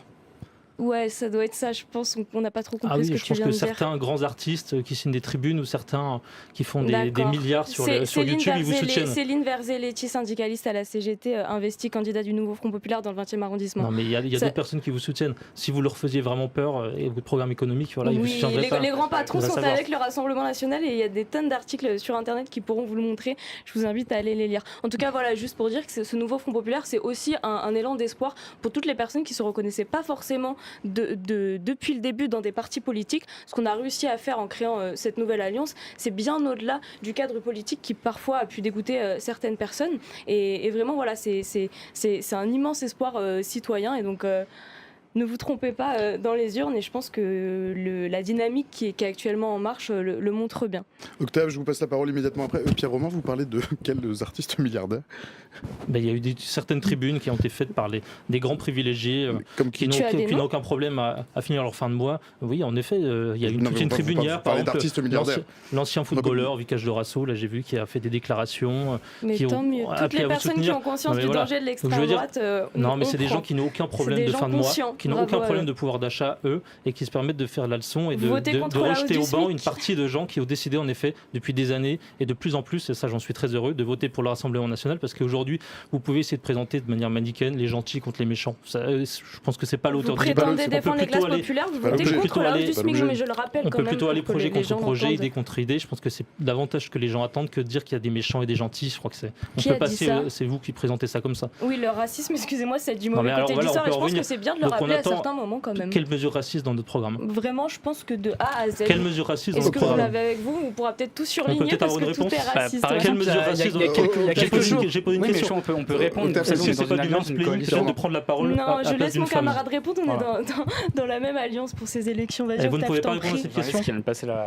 C'est moi qui ai passé la parole. Donc les femmes peuvent pas répondre quand on leur pose des questions. Excuse-moi, arrête de parler à ma place, s'il te plaît, ça va devenir gênant. Non, je passe la parole à Octave Plessis. Et pourquoi elle ne répondrait pas? Elle m'accuse de racisme ou du programme raciste. Quelle mesure raciste? Alors répondez Zoé. Voilà, donc elle répond pas. Répondez Zoé si vous le souhaitez. Et sinon, je vais passer plutôt la parole à Octave qui n'avait pas encore parlé. Voilà, la France insoumise ne peut pas présenter ce qui est raciste. Tout le monde parle un petit peu. Je pense que même les gens partout autour du plateau, même le présentateur pourra le dire. Ça doit être ça. Sauf vous. Ouais. Par exemple, typiquement, il y a quelques jours, il y a quelque chose que j'ai pas trop bien compris. C'est Jordan Bardella qui parlait des Français d'origine étrangère. Et du coup, là, j'ai pas compris sur quoi il se base pour savoir qu'un Français d'origine étrangère, c'est la couleur de peau, c'est la religion. Parce qu'il a dit, vous inquiétez pas, si vous êtes des Français d'origine étrangère, mais vous êtes des bons travailleurs, des bons citoyens, vous inquiétez pas avec le RN au pouvoir. Mais du coup, c'est quoi un Français d'origine étrangère? À quelle génération? Non, mais parce qu'en fait, vous parlez de, il y a pas de racisme dans le projet, il y a pas de xénophobie. Mais en fait, rien, tous vos sous-entendus sont imprégnés d'une vision de la société qui est raciste et xénophobe. Vous voulez trier les gens sur la couleur de peau, sur la religion supposée, sur l'image qu'ils ont, et vous voulez trier les gens selon les Français qui seraient de papier ou pas de papier. Voilà. En fait, terminé. Il n'y a qu'une nationalité française. La préférence nationale. Laissez terminer Octave, Pierre Romain, je passe la parole après. Vous avez le temps, on a encore le temps. Un exemple, qu'est-ce qu'un Français d'origine étrangère? Jordan Bardella. Voilà, j'ai répondu. C'est quelqu'un qui a des ancêtres qui viennent d'ailleurs que la France. Très bien, mais du coup, donc on est tous un peu contre l'immigration. Il y a des Français qui sont d'origine étrangère, mais je vois pas quelle est la suite de la question. Moi, je vous pose la question parce que vous êtes Français d'origine étrangère qui dit que vous inquiétez pas pour les Français d'origine étrangère, s'ils travaillent bien, ils auront pas de soucis. Mais du coup, il se passe quoi pour les Français d'origine étrangère apparemment, sur quels critères, qui ne travaillent pas bien, qui sont aux yeux du RN, pas des bons Français, ils auront quoi? Ils sont pas égaux devant la loi, c'est ça que vous voulez dire? C'est pas la même loi selon la religion, c'est pas la même loi selon la couleur de peau. Vous voulez trier les Français selon leur origine étrangère. C'est pas factuel, c'est sur des critères subjectifs. C'est ce que dit Monsieur Bardella il y a quelques jours sur BFM. Mais donc vous avez pas compris ce qu'il a dit. Ou alors apparemment il y a des sous-entendus xénophobes et racistes qui remontent à l'arrivée. Il est lui-même d'origine étrangère. Ça ne vous suffit pas pour comprendre qu'il n'y avait aucun sous-entendu. Tous les immigrants en Méditerranée comme il le fait déjà. Je rappelle aussi au passage. Pierre Romain, si ça concerne tout le monde, alors pourquoi on en parle? Justement, c'est la très question. C'est parce qu'il n'a absolument pas compris cette phrase. Il répondait à une question d'un journaliste qui lui disait est-ce que le programme du Rassemblement national vise à discriminer les Français entre eux? Et Jordan Bardella répondait absolument pas. Et qu'il y a des Français d'origine étrangère. Jordan Bardella est issu de l'immigration italienne, donc il serait bien mal placé pour essayer de faire des discriminations entre les Français. Ce qui est la nationalité française, c'est absolument pas la question. Là, vous parlez de l'immigration clandestine et des migrants. Ils ne sont pas français. On a le droit d'avoir une politique migratoire qui ne vise pas à accueillir n'importe qui sur notre sol. On a encore le droit à jeter les migrants en mer et à les laisser mourir. Mais dites les choses. Vous avez un monsieur de Frontex. Mais oui, sur votre liste aux élections européennes. Et on en est très fiers qu'il soit sur notre liste. D'accord. Vous savez qu'il est visé pour une enquête pour complicité pour crime contre l'humanité. Écoutez, moi, pour complicité de crime contre l'humanité. Mais si je porte plainte contre vous pour un truc qui n'a rien à voir, vous serez accusé. Mais il n'est pas condamné. Il est accusé par des associations d'extrême gauche qui sont vos ennemis. Il n'est pas accusé par des associations d'extrême gauche. Oui, merci. C'est un peu plus compliqué. Qui l'accuse? Même le présentateur vous le dit. Oui, mais le présentateur, je ne sais pas s'il soutient nos propositions. C'est vrai que vous méprisez beaucoup les journalistes, tellement que vous les méprisez. Mais en l'occurrence, factuellement, il y a effectivement une enquête en cours. Il y a une enquête en cours. Parce que l'agence Frontex refoule les migrants en mer, ce qui est une pratique qui est tout totalement Non, c'est tout contraire le au problème, droit c'est qu'elle ne le international et fait aux droits pas, humains. justement. Mais bon, Bah oui, ça, c'est un autre ça doit débat. être ça. Vous voulez que davantage de migrants meurent en mer. Mais non, je veux qu'il y ait des non, mais zéros qui meurent en mer. j'en profite pour souligner finissez, je que d'ailleurs prendrai après. les macronistes souhaitent donner davantage d'argent à cette entreprise Frontex pour qu'elle refoule davantage de pas une migrants en entreprise. mer. Et je trouve ça en fait absolument scandaleux. Et je trouve que ça illustre bien justement cet arc non républicain en fait qui se dessine entre les macronistes et le RN quand il s'agit notamment d'immigration, de toutes les questions qui sont liées à ça. Donc voilà, juste je pense que vous êtes disqualifié à vie pour parler d'immigration et de politique sérieuse en la matière parce que Sauf que, tout ce que vous pardon. souhaitez c'est Pardon. laisser les gens mourir en mer Je Méditerranée. réponds une monsieur. minute et je te laisse la parole. Parce que les accusations, j'avais eu la même chose avec le débat avec Aurélien Lecoq. De quoi il est question? Quand on parle de Frontex, pour que les gens, c'est pas une entreprise comme elle vient de dire, c'est une agence de garde-côte européenne qui appartient en effet, qui est sous la direction de la Commission européenne. Frontex avait pour mission, et c'est dans les traités européens, aussi c'est son rôle au sein de l'espace Schengen, c'est de protéger les frontières extérieures de l'Union européenne. On a aboli nos frontières intérieures pour avoir une protection extérieure. Or aujourd'hui, Frontex ne remplit pas son rôle, c'est-à-dire qu'il y a une augmentation sans cesse de l'immigration irrégulière sur le sol européen. On ne peut pas s'en satisfaire. Bon, le nouveau Front populaire s'en satisfait, d'ailleurs son programme sur l'immigration est hallucinant, je pense que s'ils le font lire à leurs électeurs, ils vont en perdre un grand nombre. Et donc nous, qu'est-ce qu'on veut? On veut renforcer les contrôles aux frontières extérieures, donc renforcer le rôle de Frontex. C'est absolument pas une question de laisser les gens mourir en Méditerranée, au contraire, c'est d'aller vers un objectif qu'il n'y ait plus aucun mort en Méditerranée, parce que les gens ne traverseront pas la mer et ne prendront pas des risques inutiles sur les embarcations. Frontex n'a pas vocation à détruire des embarcations en mer ou à ne pas secourir des pauvres gens qui traversent la Méditerranée. Il a vocation à aller interpeller les navires, mettre Ouais, les mais gens c'est en ce qu'il sécurité. fait, en fait. C'est ce qu'il fait. Juste. Non, c'est faux, c'est Bien une sûr que accusation si, très grave, c'est c'est vrai. absolument pas ce qu'ils font. Bien sûr que si, Mais c'est non. ce qu'ils font, c'est sa politique, Vous êtes en c'est train de son dire que des rôle. agents de Frontex laissent des gens mourir? Oui, oui. Mais n'importe quoi. Ah oui, on le dit, on le mais c'est redit. scandaleux. C'est scandaleux, non, moi, c'est je vais vous dire, factuel, moi, je vais vous monsieur. retourner l'accusation, c'est à cause de vous que des gens meurent en Méditerranée. Pardon. Parce que vous leur dites de venir en Europe. Je me permets de Bien sûr répondre. que si, parce que, je me permets de le dire. Et je les accuse directement. Moi, je me permets de que répondre. leurs propositions font mourir des gens en Méditerranée. On sort dans le cadre Moi, je me du permets de cadre du débat. répondre quand même. Frontex a pris un virage absolument à 180 degrés entre le Frontex de Fabrice Leggeri, qui est aujourd'hui accusé, et aucun étonnement qu'il soit sur la liste RN, et le Frontex aujourd'hui sur lesquels on met beaucoup plus de budget. Parce que le but de Frontex, le but premier, celui sur lequel il ne répondait pas à l'époque, c'est de sauver les migrants en mer, c'est de lutter aussi contre les passeurs, parce que le problème il est là aussi, c'est les gens qui mettent les migrants, des êtres humains sur des bateaux de fortune pour traverser la Méditerranée. Et il faut lutter contre les passeurs. Et donc le but de Frontex, c'est qu'il y a eu 2 réformes successives, la dernière en 2018, et donc aujourd'hui Frontex a ce rôle de sauvetage en mer, et d'ailleurs il y en a beaucoup moins, et on peut que s'en féliciter de migrants qui meurent dans la Méditerranée, heureusement, parce que Frontex aujourd'hui a ce rôle qui n'était pas le sien avant, d'être garde-côte, de sauver les migrants dans la Méditerranée et de lutter contre les passeurs. Et je tiens à préciser, d'ailleurs, ça c'est dans le pacte asile et migration, je pense qu'on aura un sujet immigration, peut-être qu'on le commence seulement, où on pourra développer ce pacte asile et migration. Dans ce pacte asile et migration, il y a ces budgets de Frontex. Et en fait, ce pacte asile et migration au Parlement européen, il a été défendu par les 3 groupes du centre, donc Renew, la droite, le Parti populaire européen, et le groupe des socialistes. Les socialistes français ne l'ont pas voté. D'accord, sauf que les socialistes français, je m'attendais évidemment, tous les débats des européennes ont été pareils, les socialistes français ont travaillé pendant 5 ans. Raphaël Glucksmann a été un des députés les plus travailleurs sur le pacte asile et migration. Les députés français socialistes ont voté tous les textes du pacte asile et migration en commission. Ça a été le groupe qui a le plus travaillé. Il y a eu énormément de commissions avec Fabienne Keller, députée Renew, qui a travaillé sur ces questions, et Raphaël Glucksmann. Et donc en fait, vous n'avez pas voté juste parce que c'était quelques semaines avant les élections européennes. Et donc pour ne pas voter un texte immigration avec la Macronie, vous êtes totalement isolé de votre groupe politique au Parlement européen. Je pense que c'est important de le dire, parce que c'est un argument qui n'a pas été assez évoqué pendant les élections européennes. C'est que le pacte asile et migration, il a été travaillé avec tous les groupes du Parlement européen, à part le groupe de Manon Aubry et le groupe de Jordan Bardella. Même les écolos ont contribué en commission. Peut-être parce que moi, au début du Twitch, il y avait aussi une question sur est-ce qu'on fait pas un peu de la politique comme nos aînés. Moi, je crois que la politique, c'est sérieux, et donc je pense qu'il faut aussi défendre une vision de la société. Et sur l'immigration, au-delà des arguments intéressants étayés par les uns par les autres, je pense aussi que c'est la question de quelle vision en fait on a pour l'immigration. Est-ce que l'immigration est un problème ou pas? Effectivement, et je pense qu'à gauche, nous, ce qu'on dit, et ça va être la différence avec le Rassemblement national et avec la Macron, c'est pas bien, on pense que l'immigration c'est une chance. pour le pays. On pense que par contre, effectivement, aujourd'hui, il y a un chaos migratoire organisé par une Union européenne qui ne s'est pas saisie du sujet efficacement, par la France qui n'agit pas concrètement pour ce pays. Donc nous, ce qu'on propose, c'est la création de voies légales d'immigration. Ce qu'on propose, c'est de travailler sur la question du statut des étudiants, des travailleurs, et avec des voies légales d'immigration organisées, avec donc des moyens mis par l'État pour favoriser, pour travailler, pour voir comment est-ce que les gens effectivement sont accueillis dignement. Parce en garantissant l'aide médicale d'État pour les étrangers en France, et ben comment est-ce qu'on sort de ce chaos migratoire et on entre dans une immigration? Parce qu'aujourd'hui, l'immigration, c'est aussi ce qui fait fonctionner l'économie de notre pays. C'est aussi des gens qui viennent travailler en France, qui font fonctionner concrètement aujourd'hui des entreprises qui fermeraient s'il n'y avait pas cette immigration. Et donc voilà, nous on dit que l'immigration est une chance pour le pays et je pense que c'est important. Et ensuite pour les petites phrases sur les socialistes au Parlement européen. Eh bien, oui, effectivement, on est un grand groupe, il y a des pays différents, il y a des politiques différentes, mais les socialistes européens, les socialistes français, ils ont toujours été clairs.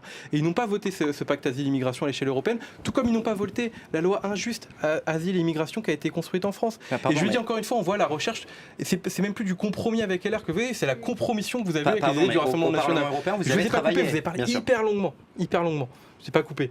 La compromission que vous avez eue avec les idées du Rassemblement national, en reprenant cette idée de préférence nationale que heureusement le Conseil constitutionnel a fini par invalider, mais heureusement que la Constitution française est bien faite. Et donc je dis, en refaisant ça, vous êtes compromis avec l'extrême droite et ça vous disqualifie aussi sur ce débat-là. Je pense qu'à l'extrême droite, ils ont une vision claire sur l'immigration. Ils n'en veulent pas. Ils veulent la réduire drastiquement. Ils disent que c'est pas une chance, ils disent que ça pourrit la France. Nous, on pense que c'est une opportunité et c'est une chance pour notre pays. Et donc, mais que pour cela, effectivement, il faut sortir du chaos aujourd'hui. Et les Français, ce qu'ils veulent pas, c'est pas de migrants, c'est sortir de la désorganisation complète, du chaos, des frontières embouteillées, de la misère sociale qui s'accumule à Menton et dans les gares. Parce que les Français, je crois que ça leur fait pas plaisir de voir des gens dans la misère la plus sociale souffrir, des gens dormir dans des tentes, des gens qui n'ont pas à manger. Et je pense que c'est ça le vrai sujet aujourd'hui de l'immigration. Et donc voilà, nous, on propose une vision claire et je pense qu'aujourd'hui on est d'ailleurs les seuls à proposer une vision claire et humaniste sur ce sujet. Pardon, je me permettais de t'interrompre parce que ça me paraissait important. Vraiment en 10 secondes. En 10 secondes. Vous ne l'avez pas voté au Parlement européen, vous l'avez travaillé pendant 5 ans. Ce pacte asile et migration, vous en êtes les fondateurs. Vous en êtes ceux avec le groupe centriste et le groupe de droite. On travaille au Parlement européen, on n'est pas Bardella, nous on y va. D'accord, donc la proposition à laquelle vous vous opposez, vous avez voté. C'est-à-dire que la solidarité obligatoire, vous l'avez travaillé. Il y a énormément de choses sur lesquelles vous vous êtes opposé. L'augmentation des budgets de Frontex, ça a été quelque chose qui a été travaillé en commission et proposé par Raphaël Glucksmann. Quasiment tout le pacte asile et migration, il a été travaillé main dans la main entre les trois groupes. Mais c'est important de le dire, parce que c'est une posture électoraliste à quelques semaines des élections de ne pas le voter. Oui, mais bien sûr. Mais pourquoi vous avez travaillé et pas le voter alors?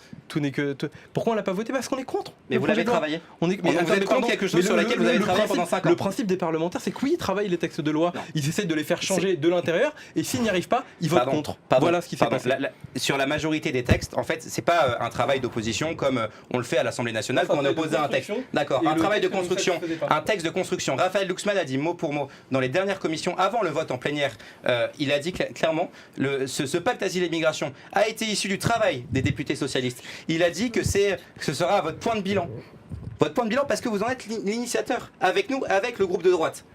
Mais dans ce cas-là, réjouissons-nous que le programme sur la question de l'immigration du nouveau Front populaire aille plus loin et soit plus humaniste encore que les propositions de Raphaël Glucksmann qu'il a pu travailler à ce moment-là. Dans ce cas-là, réjouissons-nous tous ensemble de ça. Moi, je parle de la forme et c'est important aussi en politique. C'est que je pense que c'est pas ce qui intéresse le plus les gens qui nous regardent. Les électeurs, c'est quand même important pour eux de savoir que quelques semaines avant les élections, ils ont voté contre un truc sur lequel ils ont travaillé et ils l'ont construit pierre par pierre. C'est important. Je finis là-dessus, mais c'est important de le dire quand même. Si je peux répondre, il y a un absent du débat sur l'immigration, c'est le peuple français. Parce que je crois que si on l'attachait aux valeurs démocratiques, la démocratie, c'est d'abord le peuple, ce que veut le peuple et ce sur quoi s'exprime le peuple sur tout un tas de sujets. Or, en l'occurrence, depuis en tout cas les premiers sondages, enquêtes d'opinion sur les questions de l'immigration, je crois que les premiers remontent au moins à 40-50 ans, il y a eu systématiquement en permanence, il n'y a aucune exception, les Français se prononcent majoritairement pour une politique migratoire beaucoup plus ferme. Que ce soit sur l'immigration légale ou bien sûr illégale, où là, c'est même dans les électorats de gauche, on atteint des scores presque 80% de gens qui veulent beaucoup moins d'immigration illégale et un renforcement des dispositifs, bien sûr, pour la contrôler. Or, aujourd'hui, les différentes propositions qu'on entend, alors là, je vous invite à aller voir le programme Nouveau Front Populaire sur l'immigration, c'est absolument hallucinant et je crois que les Français sont en opposition sur chacun des points qu'ils défendent et parmi même leurs électeurs, parce que les enquêtes d'opinion montrent que bien sûr la question de l'opposition à la politique migratoire actuelle, elle est transpartisane, elle traverse aussi bien la droite que la gauche, parce qu'aujourd'hui les propositions qu'ils ont sur le sujet, c'est-à-dire en fait il y a un accueil inconditionnel, parce que vous parlez de voie légale, mais quelle serait la limite en termes de chiffres? J'imagine que vous avez peut-être bien une idée d'une limite, ou alors est-ce qu'il y a une possibilité inconditionnelle en France pour que à la fois notre modèle social, notre État-providence puisse supporter combien de millions de personnes? J'aurais une question, combien de millions de personnes par exemple chaque année ce serait dans votre vision de l'immigration? Parce qu'aujourd'hui l'immigration, il y a bien sûr un impact sur les comptes publics, mais il y a un impact aussi sur la sécurité des Français, puisque aujourd'hui toutes les statistiques le montrent, officielles du ministère de l'Intérieur, il y a une surreprésentation des étrangers dans la délinquance et la criminalité en France. Par exemple, c'est 25% des places de prison en France sont occupées par des étrangers. C'est-à-dire, on peut essayer d'expliquer, c'est des statistiques officielles. Ensuite, si quelqu'un a d'autres informations que les statistiques officielles, moi je les veux bien, j'en dispose pas. Ensuite, il y a évidemment aussi des conséquences culturelles. Si aujourd'hui, il y a une grande partie de certains quartiers, certaines villes, certains territoires entiers en France, où il y a un autre... je suis en train de m'exprimer, je peux terminer, où il y a notamment une grande progression du communautarisme islamique, c'est en conséquence de la politique migratoire trop importante. Est-ce que vous pouvez étayer votre propos, parce que je pense qu'on ne comprend pas trop et les gens qui nous suivent vont pas moi, trop comprendre non plus. Oui, parfaitement. Oui, quand il y a des contestations sur notamment la laïcité, sur les questions dans l'espace public, quand il y a des revendications communautaristes pour avoir des horaires de piscine séparés pour les hommes et les femmes. Mais je suis en train de vous expliquer que c'est des contestations qui sont liées à une remise en cause de nos principes de laïcité. Est-ce que la gauche a abandonné la laïcité pour ne pas comprendre ? Donnez-nous la définition de la laïcité. Attendez, parce que je prends un exemple très concret. Attendez. Je veux juste rappeler que la laïcité, c'est avant tout une loi de liberté.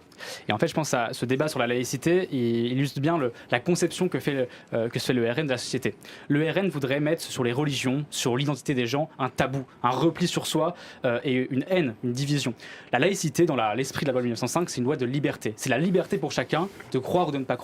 Et donc, par extension, c'est la liberté pour chacun et chacune d'avoir la liberté donc de pratiquer sa religion, comme on lui semble dans l'espace privé, comme dans l'espace public. Et ce que voudrait... Et si, c'est ça la définition. Vous tordez la réalité, parce que l'extrême droite a un gros problème avec la réalité, et ils essayent d'imposer leur vision fantasmée de la réalité, qui serait une France où chacun aurait honte de sa religion. Alors les juifs et les musulmans ne devraient pas porter ni de kippa, ni de voile dans la rue. Il faudrait que la religion, ça soit très bien, mais chez soi, et dans la rue, on n'aurait pas le droit d'avoir cette liberté de conscience qui est pourtant fondamentale. Le RN veut surtout pas entendre parler de la religion des gens. Le RN veut, l'extrême droite veut imposer ce tabou et cette honte de la religion. Alors que ce que dit la République, c'est qu'elle accueille chacun et qu'elle garantit à chacun cette liberté de croire ou ne pas croire. Et je crois que ce débat donc illustre bien le gros problème qu'a l'extrême droite avec la société française, c'est qu'elle veut diviser les gens. Elle veut créer un tabou, elle veut créer de la honte, alors qu'il faudrait être fier en fait. La République dit, quelle que soit votre couleur de peau, quelle que soit votre orientation sexuelle, quelle que soit votre religion,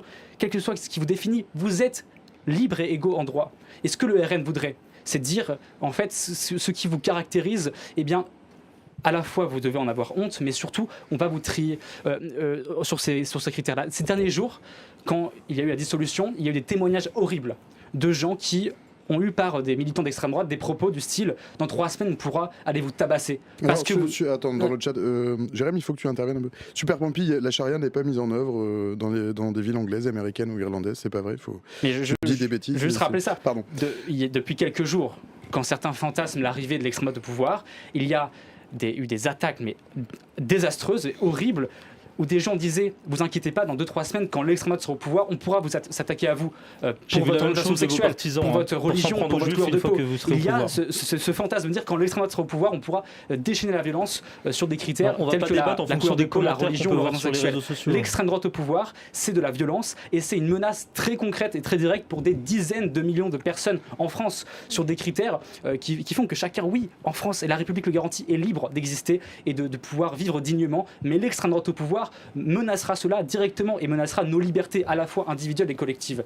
Et ça, il faut en avoir conscience. Le nouveau Front populaire, c'est pas une NUPES 2.0, non, c'est une alliance historique face à un risque lui aussi historique de voir l'extrême droite de nouveau au pouvoir, parce que certains disent l'extrême droite n'a jamais été au pouvoir, l'extrême droite a été au pouvoir dans les années 40 en France. On ne veut pas d'extrême droite de nouveau en pouvoir. On l'a vu en Europe, on l'a vu en Amérique du Sud aussi, on l'a vu dans de nombreux pays, l'extrême droite au pouvoir, c'est une arnaque sociale pour les pauvres, mais par contre c'est du racisme, de la xénophobie, de la haine, des mesures anti-immigration et surtout une menace pour les libertés publiques et collectives. Je finirai là-dessus en disant qu'une des mesures phares du RN, c'est par exemple de privatiser l'audiovisuel public, c'est d'aller toujours plus loin dans la censure sur la liberté d'expression. Vous avez un problème avec la vérité, vous ne voulez pas que les journalistes fassent leur travail, vous ne voulez pas que les gens puissent s'exprimer librement, vous voulez avoir votre vision tordue de la réalité. Et donc l'extrême droite, oui, c'est très directement une menace pour des millions de personnes en France. Il faut se mobiliser pour éviter cela, et il faut se mobiliser en votant avec un seul bulletin de vote le 30 juin et le 7 juillet. Bon. C'est le nouveau Front populaire. Une fois que le meeting est fini, on peut peut-être débattre, parce que déjà en plus là c'est complètement contradictoire. En quoi le fait de ne pas être payé par l'État fait que l'information n'est pas libre? Là j'ai pas compris le lien, mais il faudra m'expliquer. La privatisation, le fait de ne pas dépendre de l'État. CNews, apparemment vous êtes très bon client de CNews, de Europe 1. Donc en fait tous les journalistes qui ne bossent pas dans le service public ne sont pas indépendants, c'est ce que vous êtes en train de dire. Des milliardaires qui ont comme projet idéologique de faire des médias les porte-parole de l'extrême droite, oui c'est un problème. Non mais c'est contradictoire, c'est une vision très biaisée de l'information de dire que si elle ne dépend pas de l'État, elle ne serait pas indépendante. Donc Mediapart par exemple, ils sont pas indépendants. Financés par leurs téléspectateurs. Oui, pas par l'État. Mais oui, pas par des intérêts privés. Il faut il y a une différence entre les deux. Vous venez de démontrer que c'est pas le fait d'être un service public qui assure l'indépendance. Donc ça c'est faux. Je vous invite juste à lire le rapport sur la TNT qui est sorti il y a quelques semaines, parce que je pense que c'est un peu sur le sujet. Oui, on parlait de laïcité, si on peut y revenir. Ouais, mais juste sur ça, du coup, je t'invite à le lire. C'est très intéressant. Si vous souhaitez, mais en fin de stream. Oui, parce qu'on devait puisque nous sommes sur service public et que je suis salarié et ça a dérivé sur un meeting pour appeler à voter contre l'extrême droite. Bon, ma foi, pourquoi pas. Ça fait partie du jeu, mais on peut peut-être plutôt échanger sur ce qui était prévu. Alors la laïcité, je ne sais pas d'où vient cette définition, mais c'est pas qu'une question. Non, oui, bah alors qu'est-ce que ça dit aussi? C'est très simple, c'est que le principe de la laïcité, c'est que la loi religieuse ne s'impose pas à la loi civile. Ça, c'est quand même le principe fondamental de la laïcité, c'est la séparation du pouvoir religieux et du pouvoir politique. C'est de dire que la cité et les citoyens, c'est pas la même chose qu'en effet une foi et une communauté des croyants. Donc ça, c'est quand même le principe fondamental. Or, alors là, j'ai donné un exemple très concret où, juste à la fin, je sais pas si on était encore en live, donc on va pouvoir en parler. Par exemple, si certaines personnes revendiquent dans les piscines d'avoir des horaires séparés parce qu'elles estiment qu'elles ne veulent pas, par exemple, s'afficher à certains hommes et de pouvoir porter des tenues religieuses qui couvrent ce qu'ils appellent des tenues pudiques, mais qui sont des tenues islamistes. Quelle est la position, par exemple, votre position sur ce sujet? Est-ce qu'on fait des horaires séparés? Il n'y a pas d'horaires séparés. Par contre, on peut avoir une légalisation du burkini, parce que le burkini, c'est la liberté pour chacune et chacun, en l'occurrence de chacune, d'avoir un maillot de bain qui respecte les seules règles qui comptent dans une piscine municipale, c'est les règles d'hygiène et de sécurité. Donc garantir à chacun la liberté, non, pas d'horaires séparés. Par contre, la liberté de chacun et de chacune dans l'espace public, que ce soit dans la rue, sur la place publique, que ce soit dans une piscine, de pratiquer sa religion comme bon lui semble, c'est ce que garantit la République. Et apparemment, votre projet est c'est un premier progrès déjà, parce que toute la gauche n'est pas au point sur cette question. Certains ils sont tout à fait favorables à des accommodements raisonnables avec certaines revendications islamistes. Et par exemple, sur le port du voile, à l'école. Le port du voile à l'école. Alors, sur quoi alors, si vous voulez intervenir sur le débat de la laïcité, pourquoi il faudrait être défavorable au port du voile à l'école, notamment chez les élèves? Qu'est-ce qui motive cette décision? Puis-je Je peux? Oui, mais c'est une question parce que nous on est absolument favorable le fait de ne pas porter le voile à l'école ou au collège. Mais j'aimerais bien entendre la gauche. Pourquoi vous êtes favorable au fait qu'on ne porte pas le voile à l'école et au collège?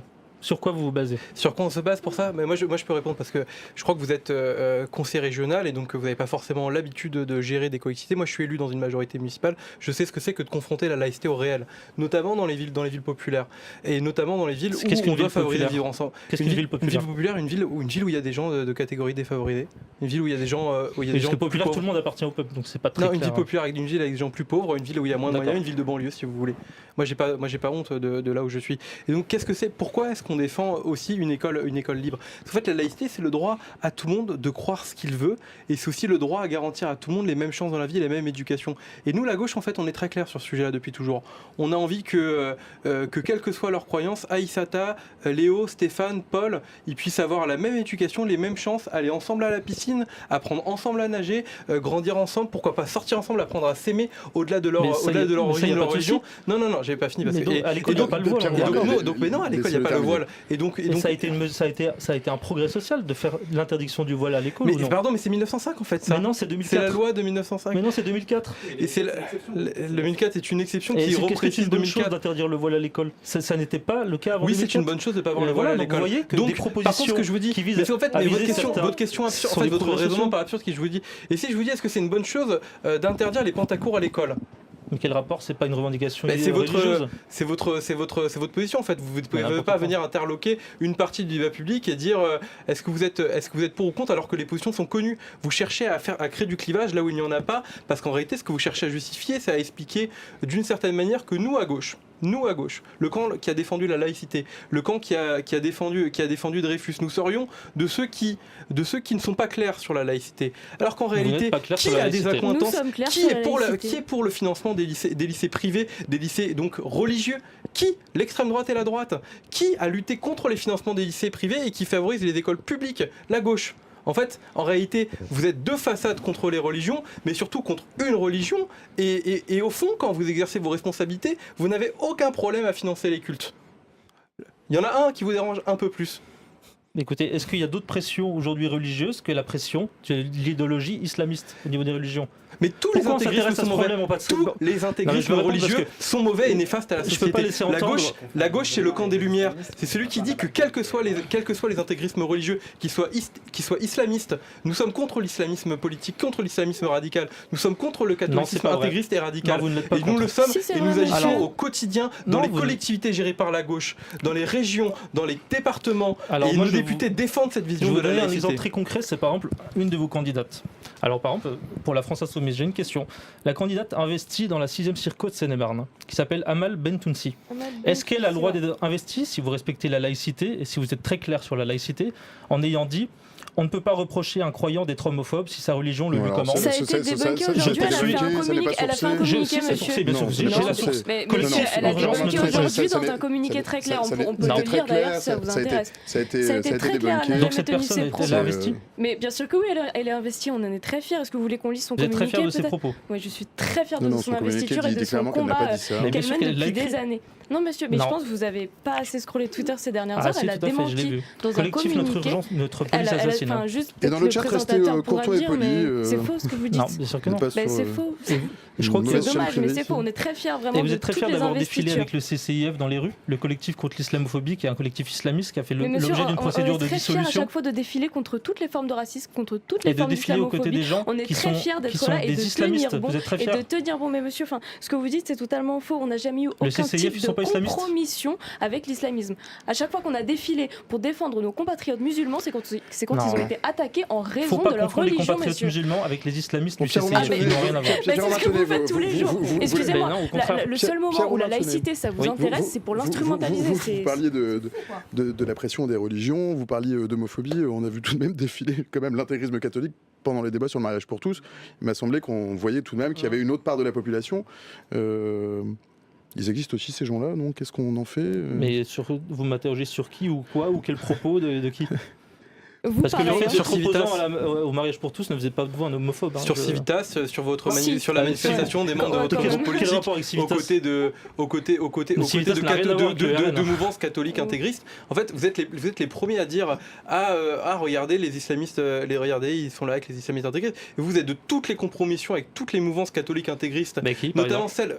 Et vous êtes le seul, parti en France à être lié aux attentats, par ailleurs. Enfin, juste. En termes de quoi là? Oui. Pardon? Bien sûr que si. En termes de financement, le RN est le seul parti. On finance des attentats. Bien sûr que oui. Alors, Zoé, c'est un raccourci un peu hasardeux. Il y a des articles là-dessus, c'est très sourcé, vraiment. Je suis pas en train de dire que monsieur commet des attentats, je me permettrai pas. Une affirmation comme ça, je pense que c'est grave. Financer des attentats. Si, je pense que je peux l'assumer. En réalité, il y a eu un élu Rassemblement National qui a été reconnu coupable d'avoir participé au financement et à la un élu Rassemblement National a été reconnu coupable d'avoir participé au circuit d'approvisionnement des armes pour un projet d'attentat. C'est en effet un élu du Rassemblement National. Il n'y a jamais d'élu du Rassemblement National qui a été... Non, c'est totalement faux. Est-ce que vous avez dit juste avant est très grave et je pense qu'il y aura des poursuites. Le seul moment où vous intéressez à la laïcité, c'est pour l'instrumentaliser. Et en fait, quand vous regardez de façon... Ça vous intéresse pas la laïcité? Vous parlez de Claude Herman, bon, c'est un cas très à part. Oui, c'est un cas à part, mais qui mérite d'être souligné quand même. Bien sûr moi, que je vous prie de retirer vos s'intéresse propos, sinon il y aura des poursuites. C'est pas possible d'avoir affirmé quelque chose comme ça. Je les retirerai pas. Très bien. Non, mais Claude Herman était identitaire, effectivement, et effectivement a fourni de manière diluée des armes à Monsieur Koulibaly. Voilà, donc je ne retirerai pas mes propos. Mais voilà, vous avez le droit de dire qu'il n'a aucun rapport avec le RN. Vous parlez d'un identitaire. Zoé, vous ne pouvez pas dire que c'est le RN qui directement finance des attentats. Non, le RN finance indirectement, effectivement, et le seul groupe qui est lié à certains attentats. Par ailleurs... Est-ce que vous légitimez des attentats? Non, nous, on n'a jamais légitimé aucun attentat, s'il vous plaît. Le 7 octobre, par exemple. Non, par ailleurs, juste, vous délirez complètement sur notre rapport à la laïcité et aux musulmans dans ce pays. Je voudrais quand même dire que quand les musulmans sont interrogés sur le sujet de la laïcité, vous savez comment ils répondent? Ils répondent exactement de la même façon que tous les Français, c'est-à-dire un attachement au principe de la laïcité. Comme nous tous ici, et c'est ce qu'on défend. Quel sondage, quelle enquête d'opinion? Je pense que vous pouvez en retrouver plein en ligne. Parce qu'elles sont plutôt très inquiétantes, justement. Non, elles sont pas inquiétantes, mais je pense on que vous s'éloigne un petit peu délirez sur de la la promesse qu'on avait faite à nos laïcité. viewers, qui était un petit peu de connaître vos positions respectives.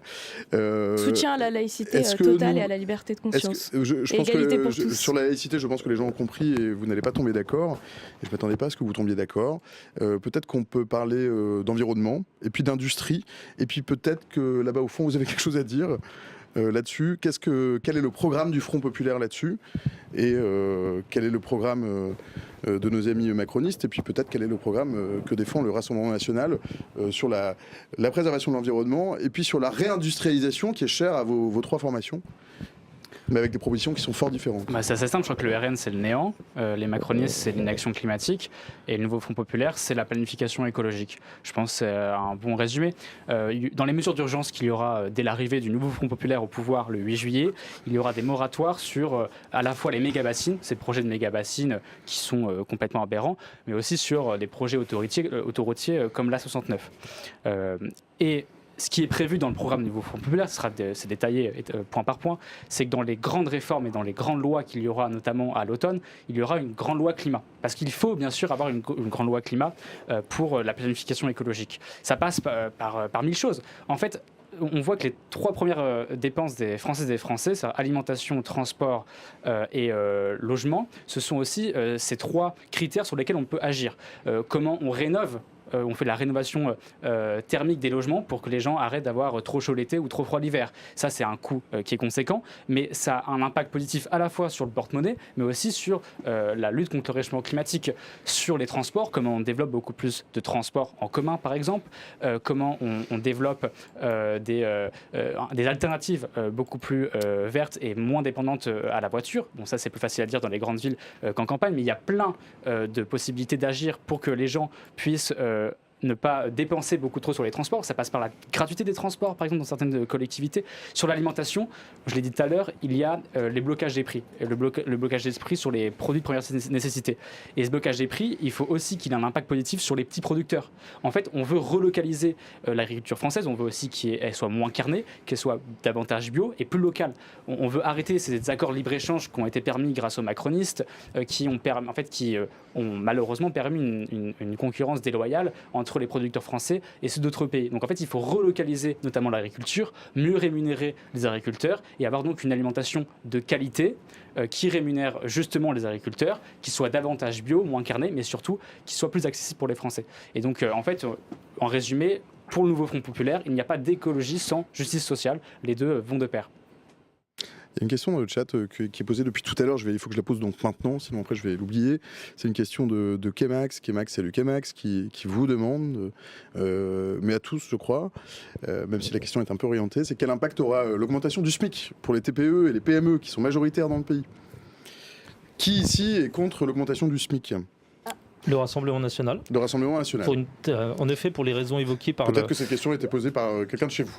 La personne qui pose les questions, en effet, parce que mais auquel l'augmentation vont du SMIC, répondre, il faut bien savoir déjà que les personnes qui touchent le SMIC aujourd'hui, c'est environ 3 millions de personnes, et c'est 17% des salariés du privé, et c'est 8% des personnes qui travaillent dans l'industrie. Donc il faut bien comprendre que l'augmentation du SMIC, invoquée comme un totem par le nouveau Front populaire, ne concerne absolument pas tous les travailleurs et tous les salariés de ce pays, c'est plutôt une minorité.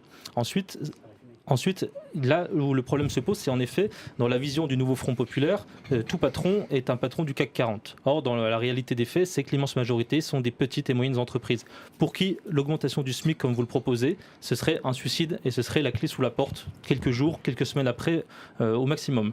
Donc, qu'est-ce qui est bien plus intelligent de faire pour rehausser du pouvoir d'achat et pour donner de meilleurs salaires aux travailleurs français qui les concerneraient tous. C'est pas grand-chose le SMIC, hein, quand même. Le SMIC, c'est pas l'augmenter de 200 € comme ça brutalement pour des entreprises. Ça veut dire aussi des cotisations, j'imagine. C'est pas une augmentation sèche. Il y aura aussi des cotisations sociales et patronales à la charge des entreprises. Donc en fait, ce serait beaucoup plus que simplement 200 €. Et vous êtes contre les cotisations? On est contre. Pourquoi? Parce que déjà, ça touche seulement une partie des travailleurs, et ensuite parce que ce serait un poids total et un boulet pour les petites et moyennes entreprises. Donc il y a notre proposition, elle est différente et elle fait partie des mesures d'urgence qu'on prendrait dès notre accession au pouvoir. C'est celle de dire vous augmentez de 10% les salaires d'entreprise, on exonère sur cette hausse de 10% les charges patronales. C'est-à-dire que ce serait un bénéfice direct de salaire sans que ça pèse sur la trésorerie des entreprises. Notre mesure, elle est bien plus...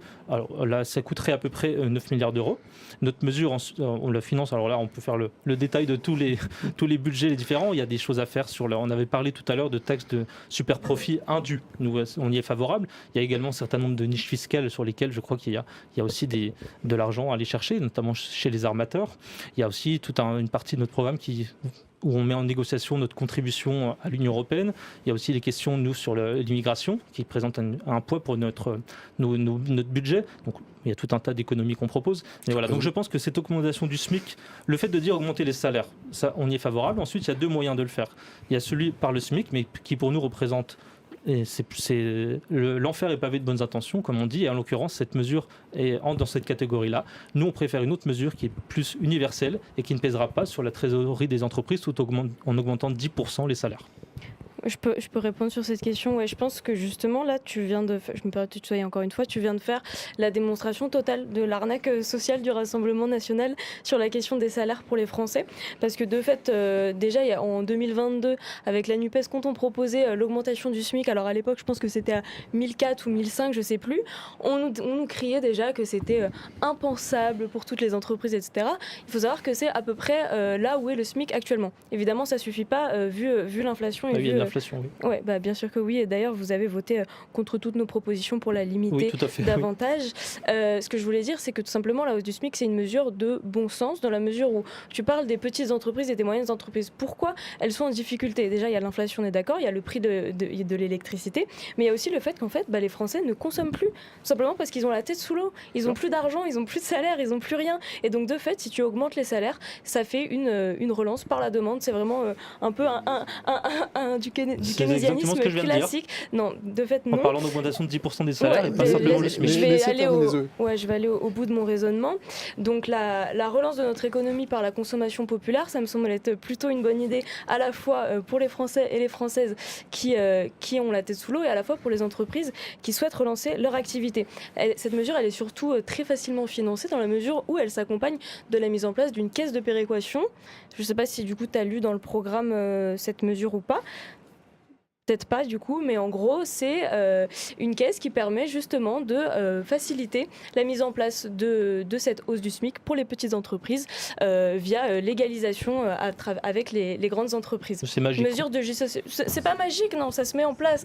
C'est une question de volonté politique, comme beaucoup de nos propositions politiques. Et par ailleurs, tu dis la plupart des personnes ne sont pas au SMIC. Non, mais quand on augmente le SMIC, de fait, après, la hausse des salaires, elle suit. Et surtout, nous, on est pour l'augmentation du SMIC et l'augmentation de tous les salaires, notamment en commençant par son indexation sur l'inflation. Et je voulais dire une dernière chose, c'est que ce que vous proposez, c'est-à-dire la hausse magique des salaires en baissant les cotisations sociales, c'est tout simplement de l'argent en moins pour les caisses de l'État. C'est après coupé dans les services publics, bien sûr que si. Mais bien sûr que si. Mais bien sûr que si vous vous privez de retraite, c'est exactement le même mécanisme que la politique macroniste qui a mis les gens dans la galère ces dernières années. Si vous baissez les cotisations, forcément il y aura moins de recettes, donc moins de services. Si, c'est mécanique, monsieur. Et après vous allez couper dans quoi? Dans les services publics. Mais non, mais dans l'audiovisuel public, dans l'hôpital, dans l'école.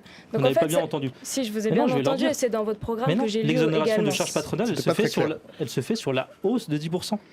Pas sur tout le salaire. C'est pas très clair. C'est très clair, si. On augmente les salaires de 10% et il n'y a pas de charges patronales sur cette hausse de 10%. Oui, mais vous devez le financer. Oui. Donc à la fin. Mais enfin, il ne peut pas avoir de perte, de manque à gagner sur une augmentation qui n'existait pas auparavant. C'est incompréhensible. Vous voulez que je le refasse? Non, on veut pas que je le refasse parce que... Non, s'il vous plaît. Vous avez compris alors? Je pense qu'avoir compris que ça n'aidera pas du tout les Français à la fin de l'histoire. Une augmentation de 10%, ça n'aide pas les Français? Mais la hausse des salaires, monsieur. Vraiment, c'est pas compliqué et on peut le faire. Est-ce qu'une hausse de 10% des salaires, vous comprenez? Est-ce que c'est une hausse des salaires? Louis Laredon. On avait les Mozart de la finance avec Emmanuel Macron, mais là je ne sais pas très bien où on va en termes de négociation. Donc oui, il y a le Rassemblement national au pouvoir, vous l'avez compris, c'est donc la baisse des cotisations patronales. C'est une fausse bonne idée. Sur la hausse de 10%. C'est une fausse bonne idée parce qu'à la fin, effectivement, c'est moins de services publics, c'est moins de financement, c'est comment on finance les caisses des retraites. Et en fait, le RN, c'est aussi une arnaque sociale à ce titre, parce qu'en prenant cette augmentation de 10%, j'ai parfaitement compris la subtilité. On prend les augmentations sur les 10% et tout, mais en fait à la fin c'est de l'argent en moins pour les caisses de l'État. Alors que nous on propose en augmentant le SMIC à 1600 €, que aussi ces cotisations augmentent parce qu'il y aura plus de consommation, donc il y aura plus d'argent dans les entreprises, il y aura aussi plus de rentrées dans les caisses de l'État pour financer le service public dont la France a besoin. Parce qu'en fait on peut pas toujours faire plus avec moins. Et en fait, on ne peut pas faire plus de services publics. Les Français ont besoin de plus de services publics, avec moins d'argent. Et vous proposez moins d'argent, nous on propose plus d'argent. Et effectivement, 1600 € l'augmentation du SMIC. Comment imaginer qu'un ouvrier qualifié gagne autant qu'un ouvrier non qualifié? Comment imaginer que le jour où les catégories C d'une entreprise, pour faire parler avec la fonction publique, voient leur salaire augmenter, les catégories B et A ne demandent pas? Non, ça va générer une augmentation globale de tous les salaires, une augmentation du niveau de vie et des revenus en France, et une augmentation de la consommation. Notre projet, c'est une économie plus connectée, plus réelle, qui fonctionne, et elle va profiter aux TPE et aux PME.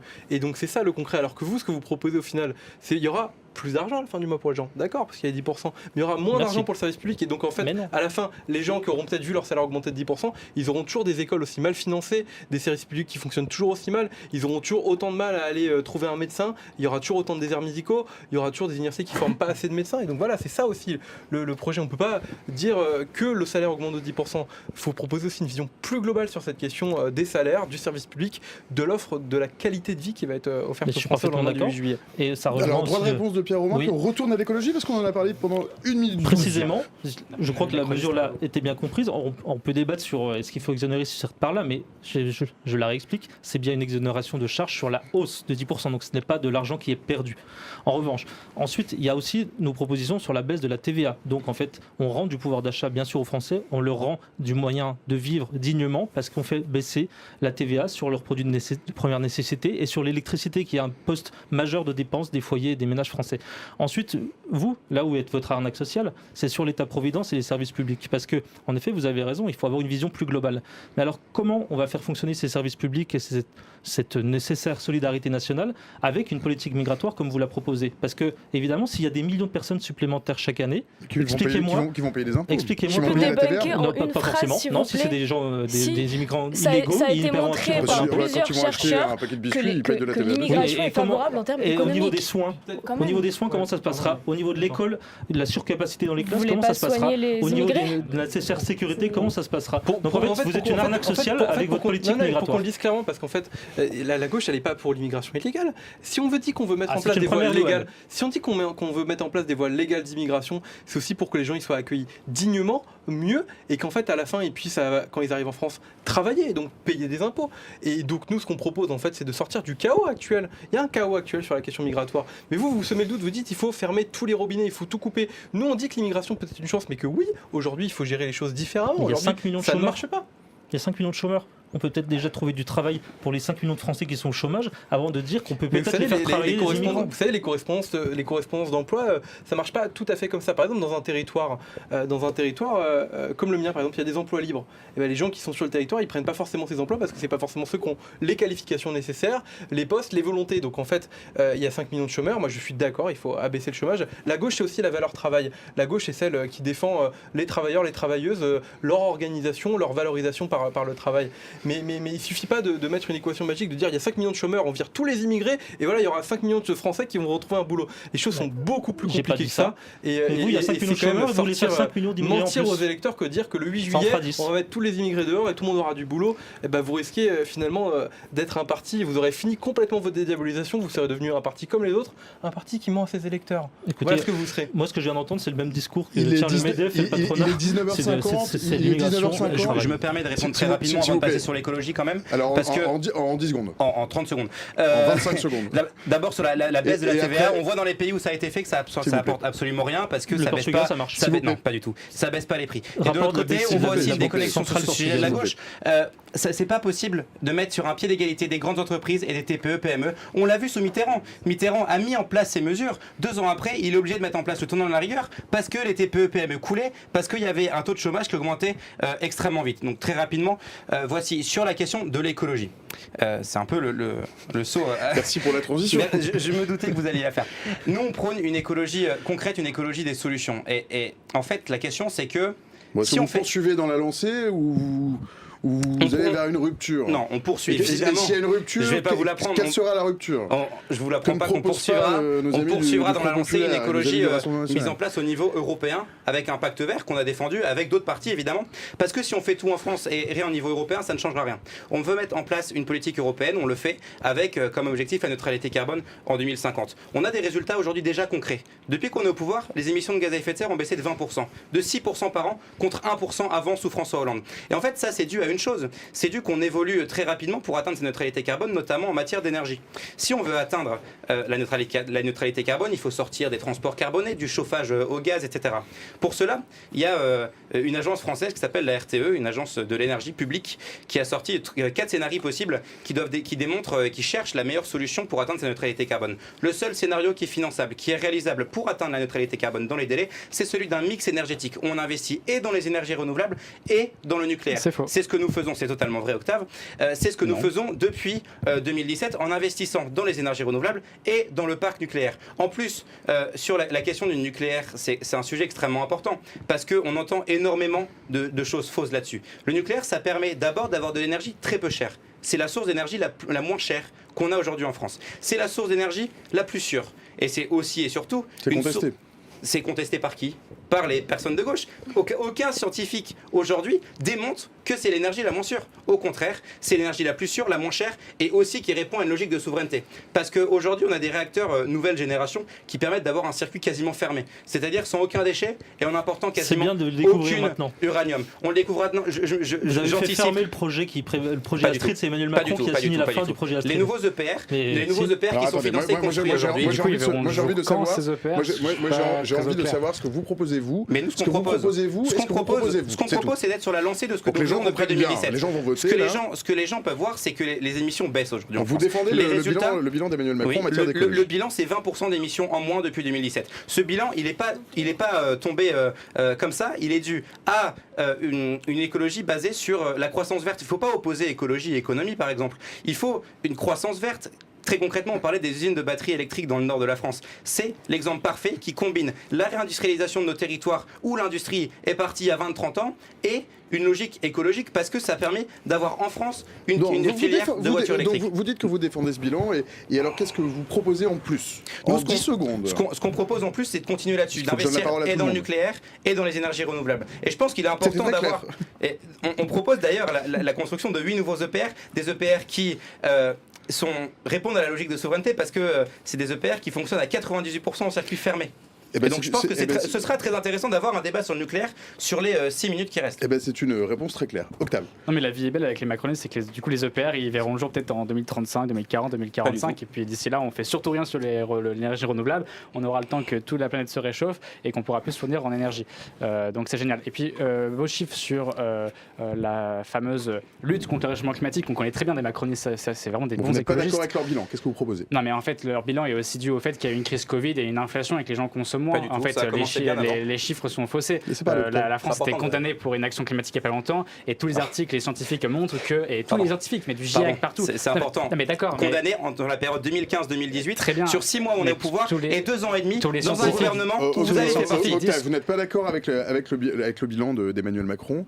Qu'est-ce que votre formation propose en termes d'écologie pour les gens qui vont voter le 30 ça, juin? je l'ai dit tout à l'heure, je ne vais pas me répéter dans tous les propos, mais en fait, il faut une vraie planification écologique. Très concrètement. On a chiffré, par S'il vous exemple, plaît. qu'on pouvait, dans cette logique-là, créer jusqu'à 1,5 million d'emplois si on voulait dans la transition écologique. En fait, il faut que l'État reprenne son rôle de leader. En fait, les macronistes, ils veulent faire l'écologie, mais à condition de surtout rien bouger. C'est le néolibéralisme, c'est on n'intervient pas. Donc en fait, on laisse les marchés et les capitalismes qui sont responsables de ce réchauffement climatique parce qu'on personne ne bouge, personne ne fait rien. On attend que les gens trouvent des solutions. Donc c'est la Startup Nation, tout va se trouver des solutions tout seul. Non, l'État et l'Union européenne, bien sûr, mais l'État aussi en France doit reprendre le lead de cette planification écologique décentralisée, pas tout depuis Paris, mais en fait, on doit être moteur et se dire, ok, il va falloir créer tant d'emplois dans la transition écologique, il va falloir subventionner et financer telle transition dans tous les secteurs et avoir une action très concrète. Il ne faut pas attendre, comme le fait Macron depuis 7 ans, de dire, vous inquiétez pas, l'économie va trouver des solutions tout seul. Non, ça ne marche pas, ça va pas assez vite et tous les scientifiques le disent, la Macronie, c'est une inaction climatique, ça ne va pas du tout assez vite. Pardon. Octave, la 69 et le méga-bassine, demande-t-on dans le chat. Et bien, sur le programme du Front Populaire, c'est très un concret. moratoire très rapidement, juste au moment où le Front Populaire arrivera au pouvoir, un moratoire sur les méga-bassines et sur la 69. La position des écologistes, qui est partagée, je pense, par beaucoup de militants au Front Populaire, c'est bien sûr que c'est une aberration des méga-bassines, bien sûr que c'est une aberration de la 69, et il faudra très vite stopper ce genre de projet aberrant. Je me permets de répondre parce qu'on entend que depuis 2017, rien n'a été fait. Pardon, on peut voir la situation aujourd'hui par rapport à 2017. On a, au niveau européen, un pacte vert qui va répondre à la logique de décarbonisation de l'ensemble de la société européenne. C'est important parce que depuis 2017, tout a été fait.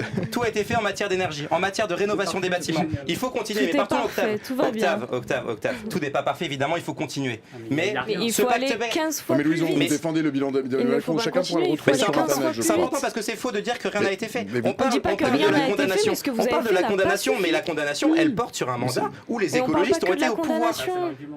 C'est pas le seul argument. Alors, Moi, l'argument que je dis, c'est les 20% oui. de baisse. Il faut continuer là-dessus. Le bilan, il existe et il faut Et continuer il est parce qu'on est mauvais. concret. S'il Mais il est vous plaît, mauvais en quoi je vous écoute. Mais il est mauvais en quoi On a quelques années encore. 19h56 et D'accord. 43 secondes. Il nous reste quelques minutes pour écouter peut-être le programme du Rassemblement National. S'il existe. Je ne doute pas qu'il existe. Que pourrait par exemple nous présenter Pierre-Romain Thionnet en Alors, matière d'environnement.